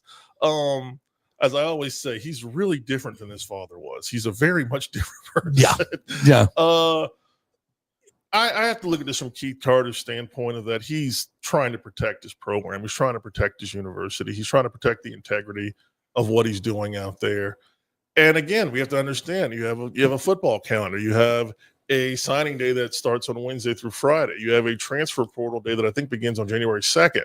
So if they're continuing to play games and he's continuing to have a coaching staff that's not associated with Ole Miss after they're done playing football, it is completely handicapping the next guy that comes in. I agree. So that's next year. Yeah, but that's kind of where he's thinking. Like, if I handicap this guy next year and I get him off and he's off on already just the wrong foot, can we recover? They're in the Southeastern Conference. Like, you don't have years to throw. You don't have years to throw in the ACC, as we're finding out right now. But to what end? So you don't want him to be behind, right, in recruiting, because the ultimate goal is to what? Win a national championship, right? That's the ultimate goal. Is to win a national you are on the doorstep of that where you've never been before. This opportunity is in your lap, and you're pissing it away because you're not winning anything without your play caller and your head coach. Sorry, you're not. I agree. Yeah. You're saying, or we want to win a national championship, so we got to get you out of here. So where's the guarantee you're getting back to 11-1? There is none. I mean, it's likely you never will. He's won. I mean, he's won as much as any coach has ever won there, and at least in my lifetime. I mean, 4 10-win seasons in 6 years at that school is pretty remarkable. And knowing the history of that school and how difficult a recruiting job it can be at that school. It's like as I tell people, Ole Miss didn't offer Walter Payton a scholarship because that's the way. Walter Payton. I lived in Mississippi, in Jackson, Mississippi, for 7 months, and this was back in the 80s. Granted, but that is the most racist place I've ever been in my life, and there's not a close second. And here's the thing, JP, I think I have the Bill Cowher audio if you still want it. Yeah, sure. Sure. Let's listen to him rip Lane Kiffin ask that question. Why would an AD let a coach who made a decision that he wanted to go to LSU and not stay at Ole Miss, coach my players and use my coaches and tell them for the next month why they should be joining him at LSU? Totally understand. I would just say thank you, Lane, and goodbye. And that being said, if indeed he decides to take other coaches with him, I would just say any player that goes to play for Lane Kiffin, just understand one thing. It's not about the program. It's about Lane Kiffin. Because he don't care about the players that he just went through a season with, a special season, players he's had for 4 years with an opportunity to go to the playoffs. He's decided to take them and not only leave them, which I get, okay, you want to do that, but now you're going to take offensive coaches with you and destroy the program. And deplete the program. Deplete the program and the dreams of these young men who you said that you want to be there and you want to do it with. But if I can't do it, I'm not going to let you do it. That might not be what you were looking for. It encapsulates what your thoughts. I think it's a nice utopian thought there. It's a great word. And at the end of the day, there's a lot of things that probably happen behind the scenes. How comfortable is LSU with them continuing? I know what they say, but how comfortable are they really? Because if he would have continued to coach at Ole Miss, say if he wins a national title there, then why are you going to LSU at that point? You just proved you can win a national title at Ole Miss, So I don't like that it happened. I hate that he's not coaching his team. I hate the idea that I'm glad that he hates it too. By the way, he wants to coach that team. Does he get a ring if they win the title? I mean, they won't. No, I don't even think he doesn't get a ring, right? He's not going to get. He's not going to get anything. Bro. He's done. They put his clothes out on the street. Yeah, I don't think they're mailing him a ring or anything. That's how it should be. Yeah. And that's just, that's also, LSU was a rival of Ole Miss. So it's not only it's not just him leaving, it's him leaving for the other side of the Magnolia Bowl, something that both sides take very seriously. So at least Ole Miss takes it. I don't know if LSU takes it very seriously, but Ole Miss definitely takes it very seriously. So yeah, I get the emotion. But that's it. It's done with emotion. Right now, Keith Carter is probably as much playing to the boosters and the fans. Of course he is, but that's not leadership. He even said it to Lane. He goes, I have to live in Oxford and take the heat. Yeah. If I allowed you to coach and coach through, I think the fans, once they get over the emotion of it, I think they're going to say, man, we should have let him stay. What's the difference? He's leaving anyway. He could at least given us a chance to win. Look, coach. Look, Ole Miss, you're not LSU. But JP, in this environment, anybody is anybody. Who thought Indiana would be a menace? Like Indiana basically said, what basketball program? We're doing this football thing now. We're not debating. Vanderbilt just ran Tennessee off their own field. I get that. But we're not debating whether or not they can do it. They can. Anybody can do it now. Anybody can do it. Yeah. And I get that. But I think it's universally accepted that the LSU job has more resources, can recruit, to your point, can recruit black players, especially a lot better than you can at Ole Miss. And you're just leaving. And if I said to myself, if this were Florida State in Florida, and this coach said, I'm leaving to Florida, and if I was in that same situation, like, how would I feel? At first, I would say, get the hell out of here. And then I would go, you would still say, get the hell out of here. No, yes, I would say, no. I wouldn't. I'm like, we got a chance to win. Are you kidding me? If you got FSU to 11-1 this year, and Mike Norvell, if he got that and said he was leaving for the Gators, I'd be like, okay, well, let's see how this turns out. Listen, if my hot ass wife, which I have, said to me, listen, you old mofo, I'm done with you, but you got a month left, I'd be like, sounds good to me. Let's go, honey. Let's have a hell of a month. Let's been through this before. You're going to leave anyway, so I might as well go out with a smile. I mean, I know I'm in the minority in this, and I'd love to stand up here and say, you should stay and do what's right and integrity and all this stuff.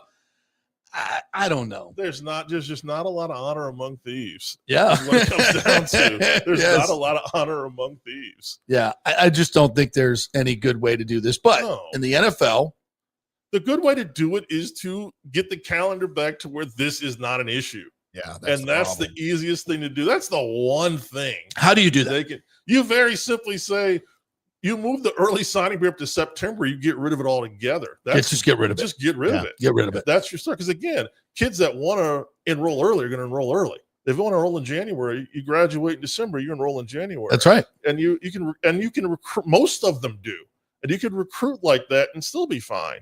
So it doesn't like. But how do you keep the carousel, the coaching carousel, from like Florida fires their and Penn State fired their coaches early on because they wanted to get a jump on it, and they still got left out in the cold from the people that they actually really wanted to come take their program.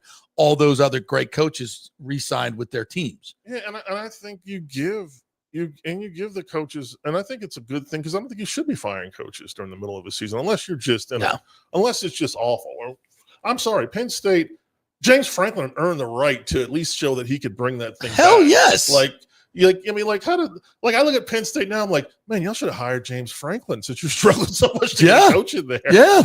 We could say a little bit less about Napier. He might have, maybe that, they felt like that wasn't going to work, but what was the difference in firing him in week 6 and again, you didn't get the guy you wanted. And exactly by switching the calendar back, you're not worried about that so much. You're looking at Lane Kiffin saying, okay, Ole Miss is going to make the playoffs. He's going to play a game on the 20th. If they win that, he's playing a game. We've still got time. Like whatever happens, we've still got time. So let's let him go through his process.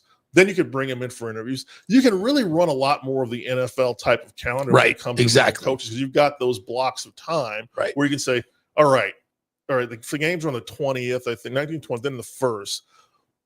Well, maybe we'll skip Christmas, but we'll say if you're between the quarters and the semis, you've got a 2-day block in there to do an interview, like the 5th and the 6th, or whatever. You've got a 2-day block in there to at least do Zoom interviews, do something telecom, so you can get contact people. So you can, go out there and get these things done. You don't have to announce anything, right? But you can get these things done. That's fair. It's not that hard. And I think it's better for coaches. I think it's better for coordinators. I think it just makes the job market a lot easier to navigate. Right now, it's not easy to navigate.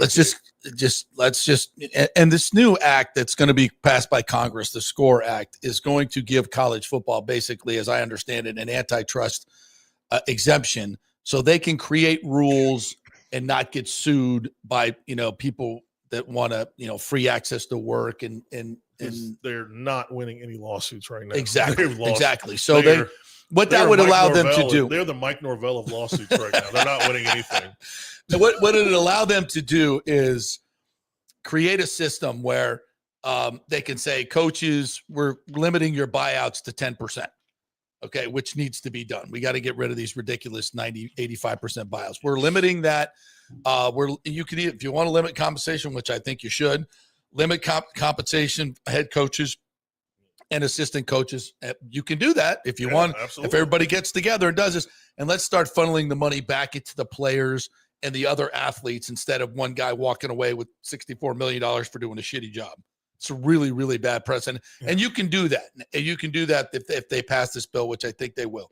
But they need to. The question is, will they? Because the people that run this sport are the head coaches and the administrators who obviously don't want their compensation limited, but it needs to be. Yeah. It needs to be. Because you can't you can't complain about the NIL if you're out there taking fully guaranteed buyouts and things like that. Like you have no room to complain because you're not. You didn't get that $10 million, $12 million a year contract by yourself. I can tell you that much. It was due to the fact you had a lot of talent on that field, and those guys won football games for you. Yeah. So yeah, I agree. I think everything needs to be brought down a little bit. And I'm not because you should not be making NFL money in college. That's the whole point of going from college to the NFL, is so you make the NFL money. Right? That's just the way. Like, you shouldn't be making Microsoft money at the startup tech place. That's the whole point. Exactly. Like, it's just that's just what it is. So what do you think of Sumrall at Florida? What do you know about him? I know that he's he comes from a strong defensive mind, but he's also a guy that likes to have a good offensive guy around him. He likes scoring points. He loves the physical, explosive style of football. I liked his teams at Troy. I saw them a few times during bowl season. And, for him, it's really about hitting guys hard. It's about winning at the line of scrimmage. It's about really imposing your will on the other team. That's why I think Urban really endorsed him. There's a lot of similarities there with how they like to field a football team. Now, Urban liked to live on the edge. I don't know if Jon Sumrall necessarily likes to live on the edge like Urban did. It's not, as I say, it's not a bad thing as long as you can control it. But, right. Urban, unfortunately, at the end of his Florida tenure, Urban couldn't control that anymore. And when he got to Ohio State, they made sure that, we're going to keep somebody over you. So you can't bring in every thug that you want to bring in. You're not going to turn our school into, Aaron Hernandez is shooting up people around here and getting away with it. That's the way that's not happening in Columbus. Yeah. So. Yeah. So I think it was the best hire they could probably make at the time. I mean, they could have looked at Will Stein from Oregon. They could have looked at more the coordinator route. You got to think, like you said. They didn't look at Golish? I think they might have.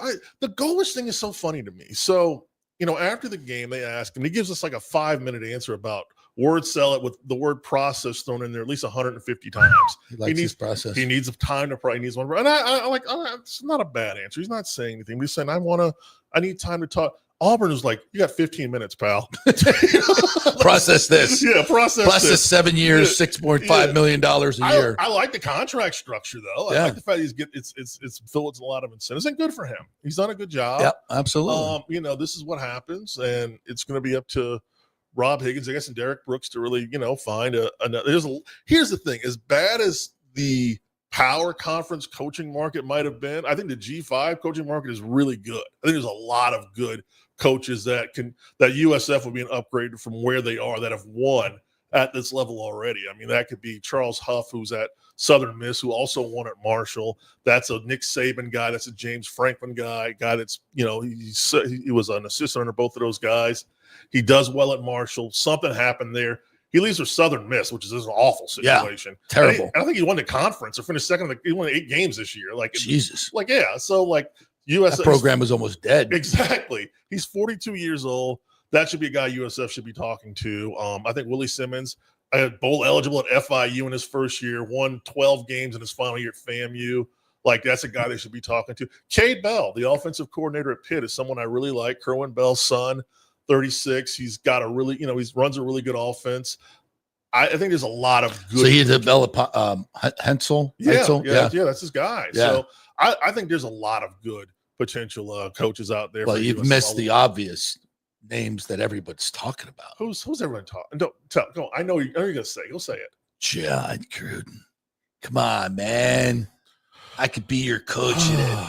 The Bulls. Let's go, Bulls Nation. Let's go. We're talking about the difference in the college football landscape these days. I mean, but let's talk about it. It's on everybody's tongue. He's older. He won't leave us. He lives here. You can't worry about if they're leaving you. They're leaving you because they're winning. Right. That's all you want. You want the win. And eventually they're not going to leave you because if you keep winning, you're going to be in a better situation as a program, right, than you are than you were when Jeff Scott was here. Right. So my worry is they've always compounded a good hire with a less than good hire. If you can look at this, you go from Levitt to Skip, who had one good year, then things started going in the tank. And then you go from Skip to Willie, and the minute Willie got that thing up, you brought in Charlie, who decided, I'm just going to, whatever's here is here, and I'm not going to get anything else. And then they brought in Jeff Scott, who. It was bad. I always say Jeff Scott, I'm always shocked at how bad it was. I know, me too. You're like, he was a great assistant at Clemson. He was probably their great pedigree. Probably their top recruiter, came from good stock, and in nothing, it just nothing went right. Never went right. Yeah. And I don't even like Travis Trickett, his OC, was the one who found Byron Brown late in the process. And it was like, I think Brown had some offers like, we can do better than that. Like this kid, is he 6'3", he's about 225, and he can run and he can throw a little bit. Like, we don't have any of those. We can work guys. with this. We don't have any of those guys on the roster. Yeah. So, and now, speaking of making some money, Byron Brown, play that market, buddy. Play that market. That market, you got 1 year left in college. That market could be very fruitful for him. Is there any word that he would follow Golish to Auburn? I think everything's on the table, and it should be. When you're what, 6'4", 230 pounds, you run like 3,000 yards passing, 1,000 yards. Everybody should want you, and I think he should be. I actually wrote for the FSU fan site that FSU should go all. If they want to show their fans that they're even trying to be competitive right now, they should go all in on them, because absolutely it just shows you, like, okay, even if you get him and say you just go 7-5, you can at least say we got one of the top quarterbacks on the market.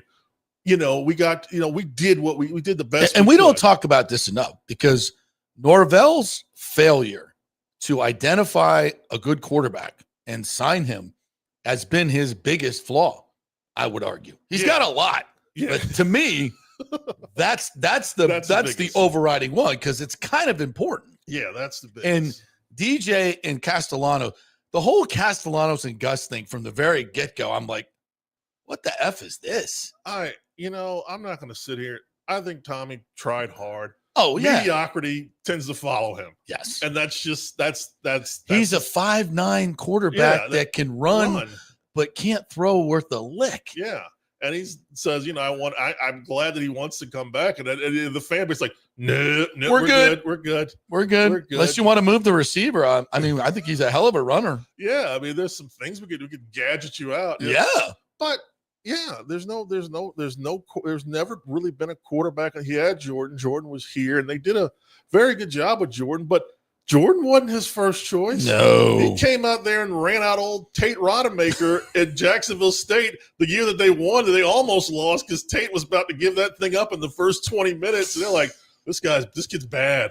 Yeah. We can't use him anymore. He hasn't recruited and you would think, okay, so Jordan was here and some guys left that we recruited, but every guy that they've recruited has gone other places and done nothing. AJ Duffy, nothing. Purdy, nothing. Luke Cromenhawk, I think, is third string at Mississippi Nothing. State. Like, you can't identify good quarterbacks, and you certainly can't develop them. Yeah. Well, there's so many issues there. Where do we unpack? I start with the staff. I think. How is this staff? How are there still guys that were there from 2020 still there? I have no idea. That means they got through a 2-10 season. To your credit, you sounded the alarm the day that they hired Norvell, and then he brought the staff with him, and you're like, this staff has no idea how to recruit the state of Florida. They have no connections to the state of Florida. Like, what are you even doing? And 6 years later, they still don't know how to recruit the state. They still don't. Yeah. And the scary thing is the kids that they get from Florida, whether it's the Desir twins or Micah Danzy, those kids are their top performers. Yeah. And they don't maybe we should get more kids from these places. You think? Yeah. And instead, we got to be in Mississippi. Good Lord, if they don't get every mediocre kid out of Louisiana I've ever seen in my life. It's just like, these kids can't. If LSU don't want them, don't bring them. Don't bring. These are simple concepts. Yeah, like, it's not hard to recruit at Florida State. As I said, he's. Someone said he's a pretty. No, he's below average as a recruiter. Well, he's got. He's getting top 20. I could bring in a high school coach and get a top 20 class at FSU. All I got to do is throw in the polo. Yeah. Go to all the major places and say, hey, we're interested. Someone's going to say yes. Yeah.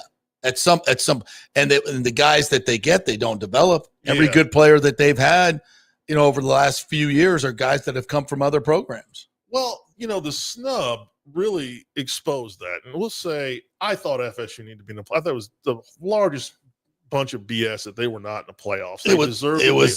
They earned it. Yeah. They earned every second of that. But all these guys opt out. You see, and I just actually looked at the depth chart from that game not too long ago. And what I saw were mostly second and third year guys that they recruited that they never spent a day of trying to develop. And they went out there and they looked like walk-ons. Yeah. They were not only slow, but they were small. We were slow, but we were small. Well, yeah. And you saw, and George didn't have that many opt-outs, but even when you saw him bringing in his second teamers, you're like, I want those guys too. Like, those guys need to be over here. Like, well, that's what happens when you can recruit the portal.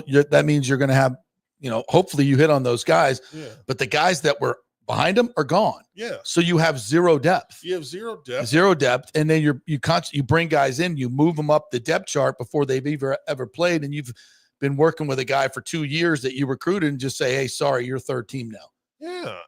And you bring in a guy that's honestly not much better. No. And that destroys any type of team camaraderie that you have, because what's the kid saying?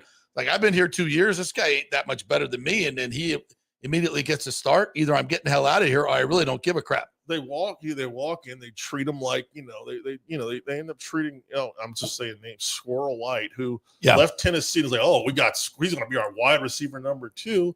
And you had young kids that could play.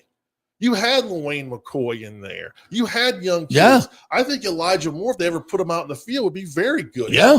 He was the top player in Maryland they recruited. And I'm sitting there saying he's probably going to end up transferring to Maryland or Virginia Tech and playing for Franklin, because they just decided they weren't going to give him any snaps. Yeah. And they bring in a kid like Jerry Wilson, who doesn't want to play. No. And it thinks he's a pro already, doesn't want to get hurt, doesn't want to put his nose in there, doesn't want any contact whatsoever, turns it down as much as possible, and they keep putting him right back out on the field. And then you see a kid like Shamar Arnaud, who goes out there. This kid's not bad. Yeah. If this kid would have played another 200 snaps this year, who knows what we'd have right now?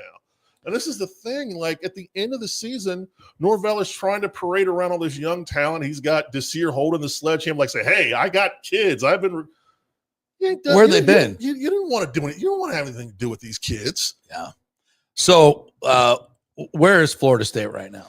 They're stuck on the treadmill. They've got a coach that I think they don't want to be there, that I don't think wants to be there. No. That it's strictly a financial relationship. They're trying to figure out what can we do to continue to keep him, to help him win games without him doing much of anything to that process. Yeah. It's just so weird to think that it's like, okay, we're going to bring in and all, we're going to, maybe they're going to keep their coordinators. Like, they already took that last year. Like, all right. Yeah. Gus Malzahn coaches the offense. Tony White coaches the defense. They're bringing in some of their guys. John Papuchis apparently coaches special teams, although we don't know if that happens anymore. And why is he another guy? Been there since 2020. Why? Yeah. Never done anything for you. Why? Yeah.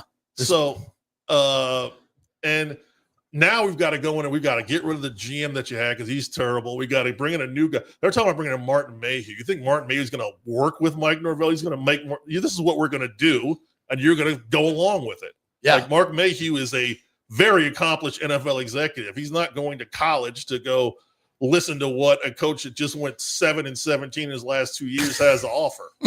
Well, good. Yeah, because they need a new person in charge. Do you ever think, like, they went 2-10?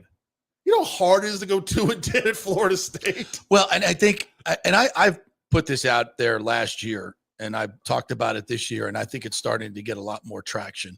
And I'd like to get your take on it. And it's kind of hard to talk about, frankly, but as I watch Mike Norvell over the last 2 years since the snub, he's not the same guy. Mm-hmm. Like, his interviews, he can't put sentences together. He seems broken, like mentally defeated. He's just not the same guy that was coaching this team. And I think there's, immense pressure in this job, clearly. And I don't think, have we ever seen a coach just kind of lose it? Not really that we know of publicly, but I just think this guy, I think he's mentally checked out.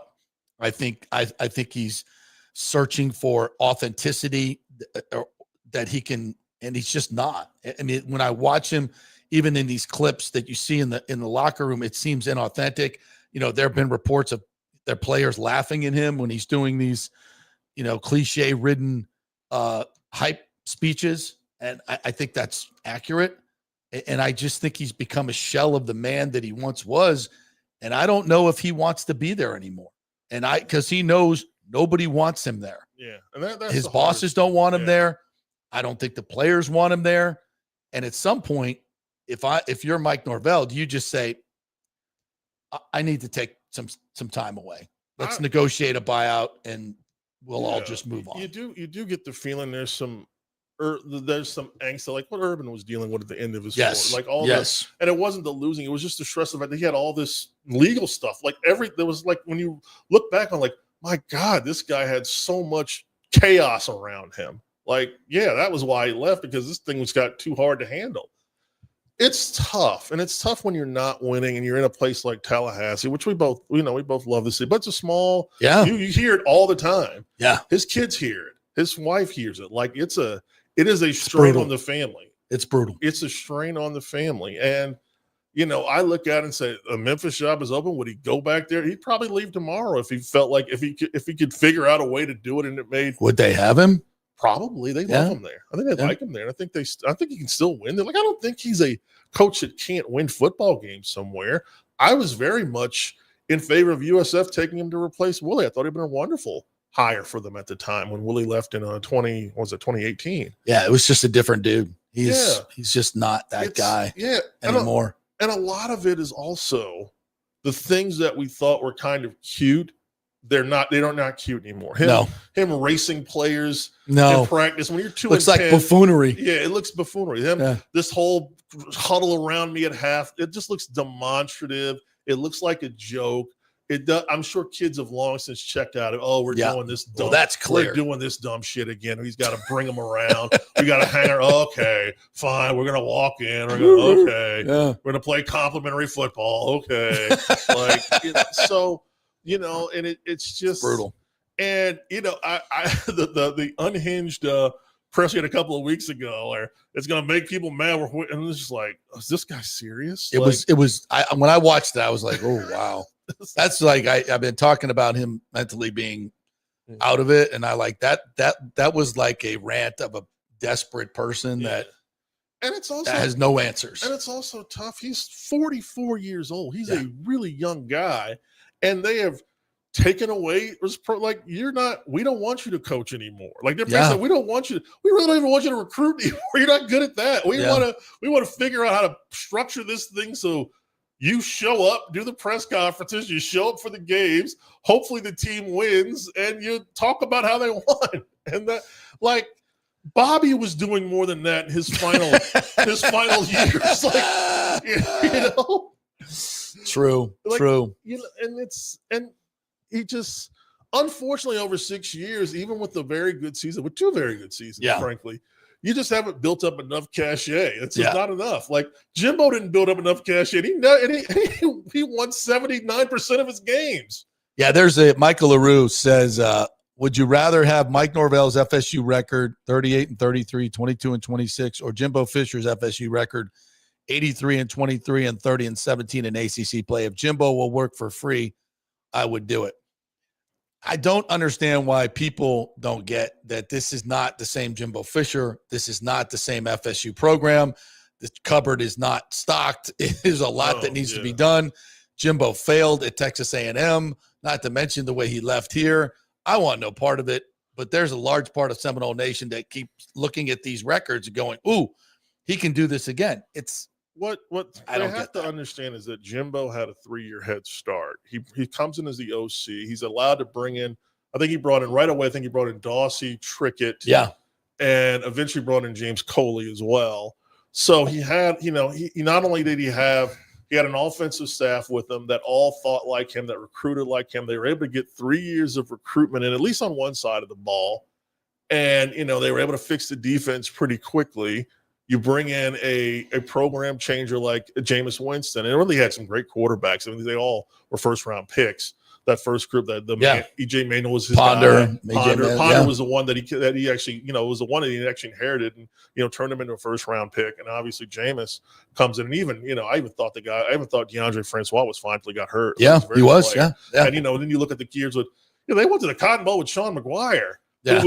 I thought I still say it was one of the best teammates you could ever have, because that guy stayed. Like, you talk about a kid that was loyal to a program. Good God. He gets to start, and they bring in Francois. He's back on the bench. And I remember, if you remember that Showtime series, how Dalvin Cook said how much respect he had for Sean McGuire, that he was just there. Yeah. He was always there. He was the best teammate he'd ever had. And I'm like, that's just amazing. Like, that's just like, kids, you don't build kids. Like, kids aren't made like that anymore. So you don't think Jimbo can just reignite that magic? No, nobody can. Do I think he'd come in here and he'd bring in a good staff?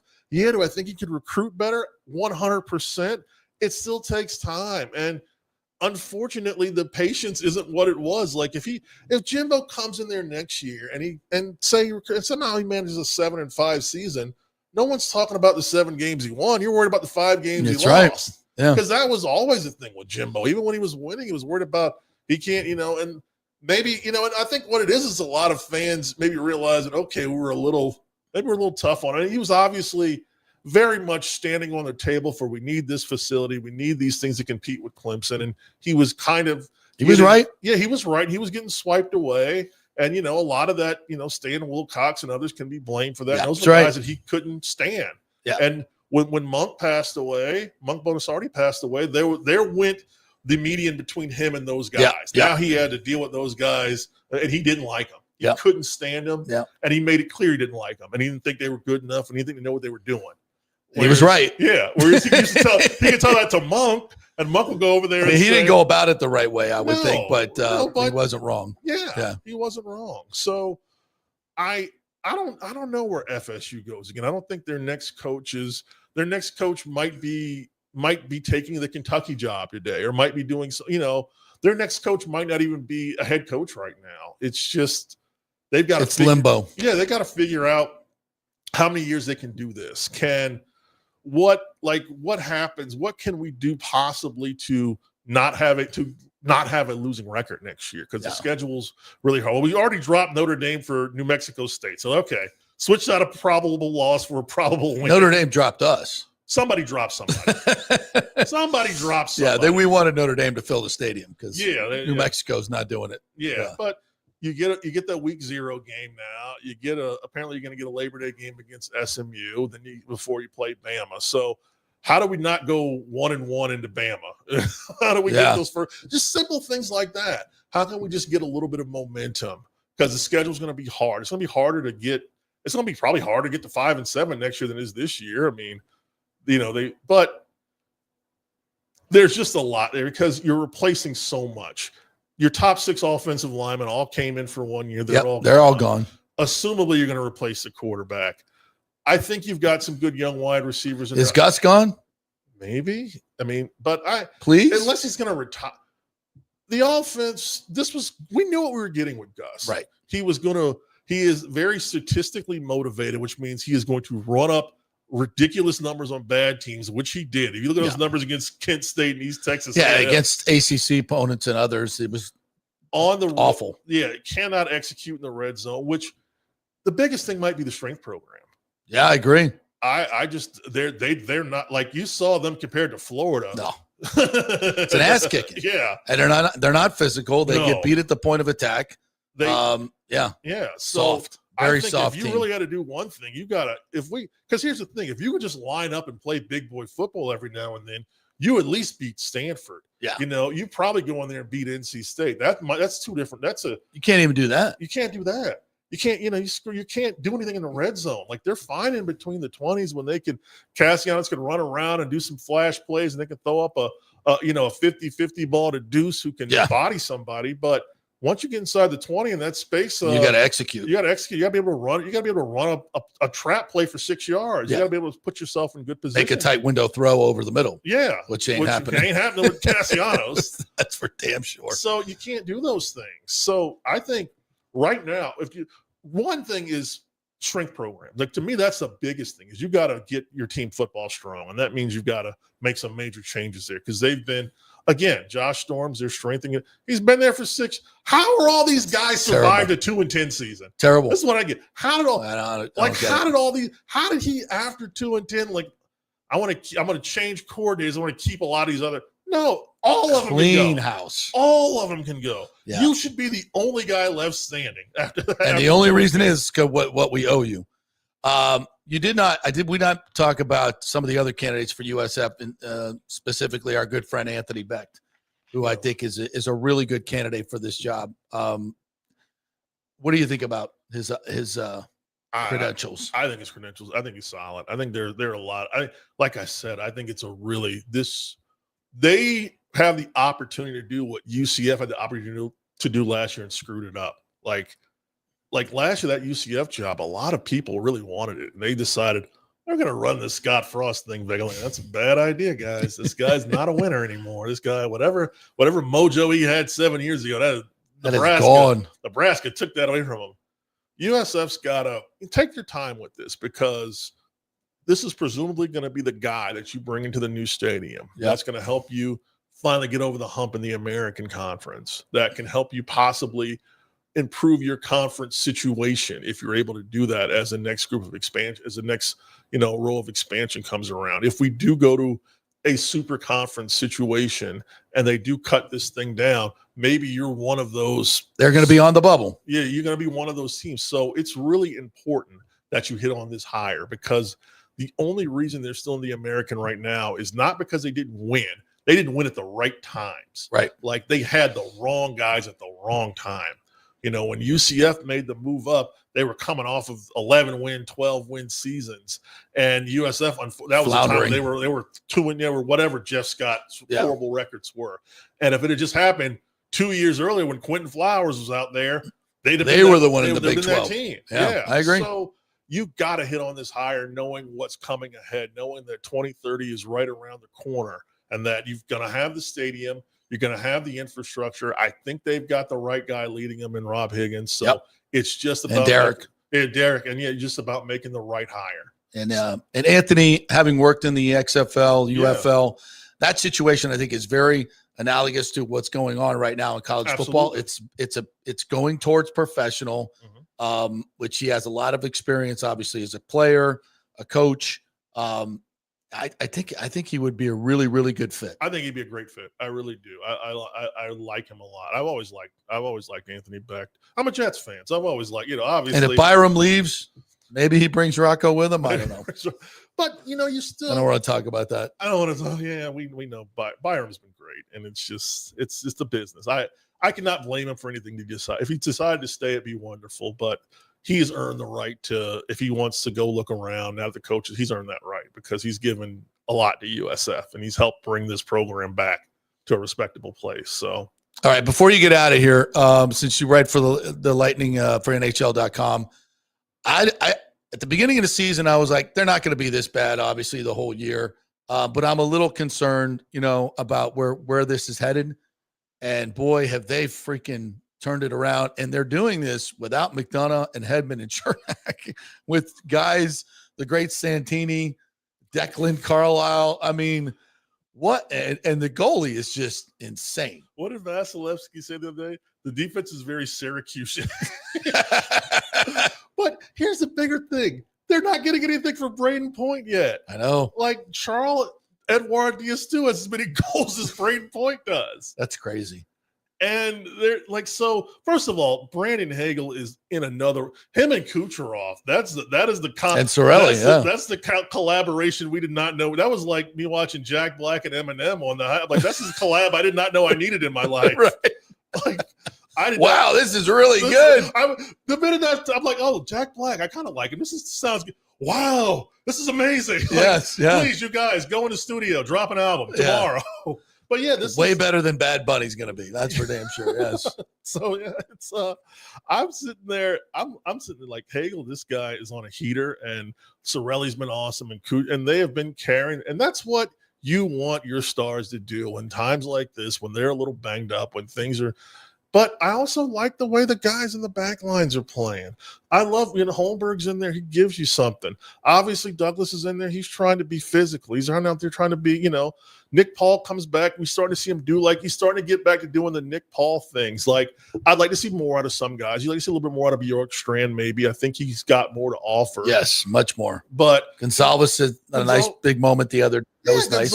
I think, maybe they realize Gonsalves might not be a top 6 guy, but he certainly is showing you that you can put him in different spots in the lineup. He's going to give you what he's got.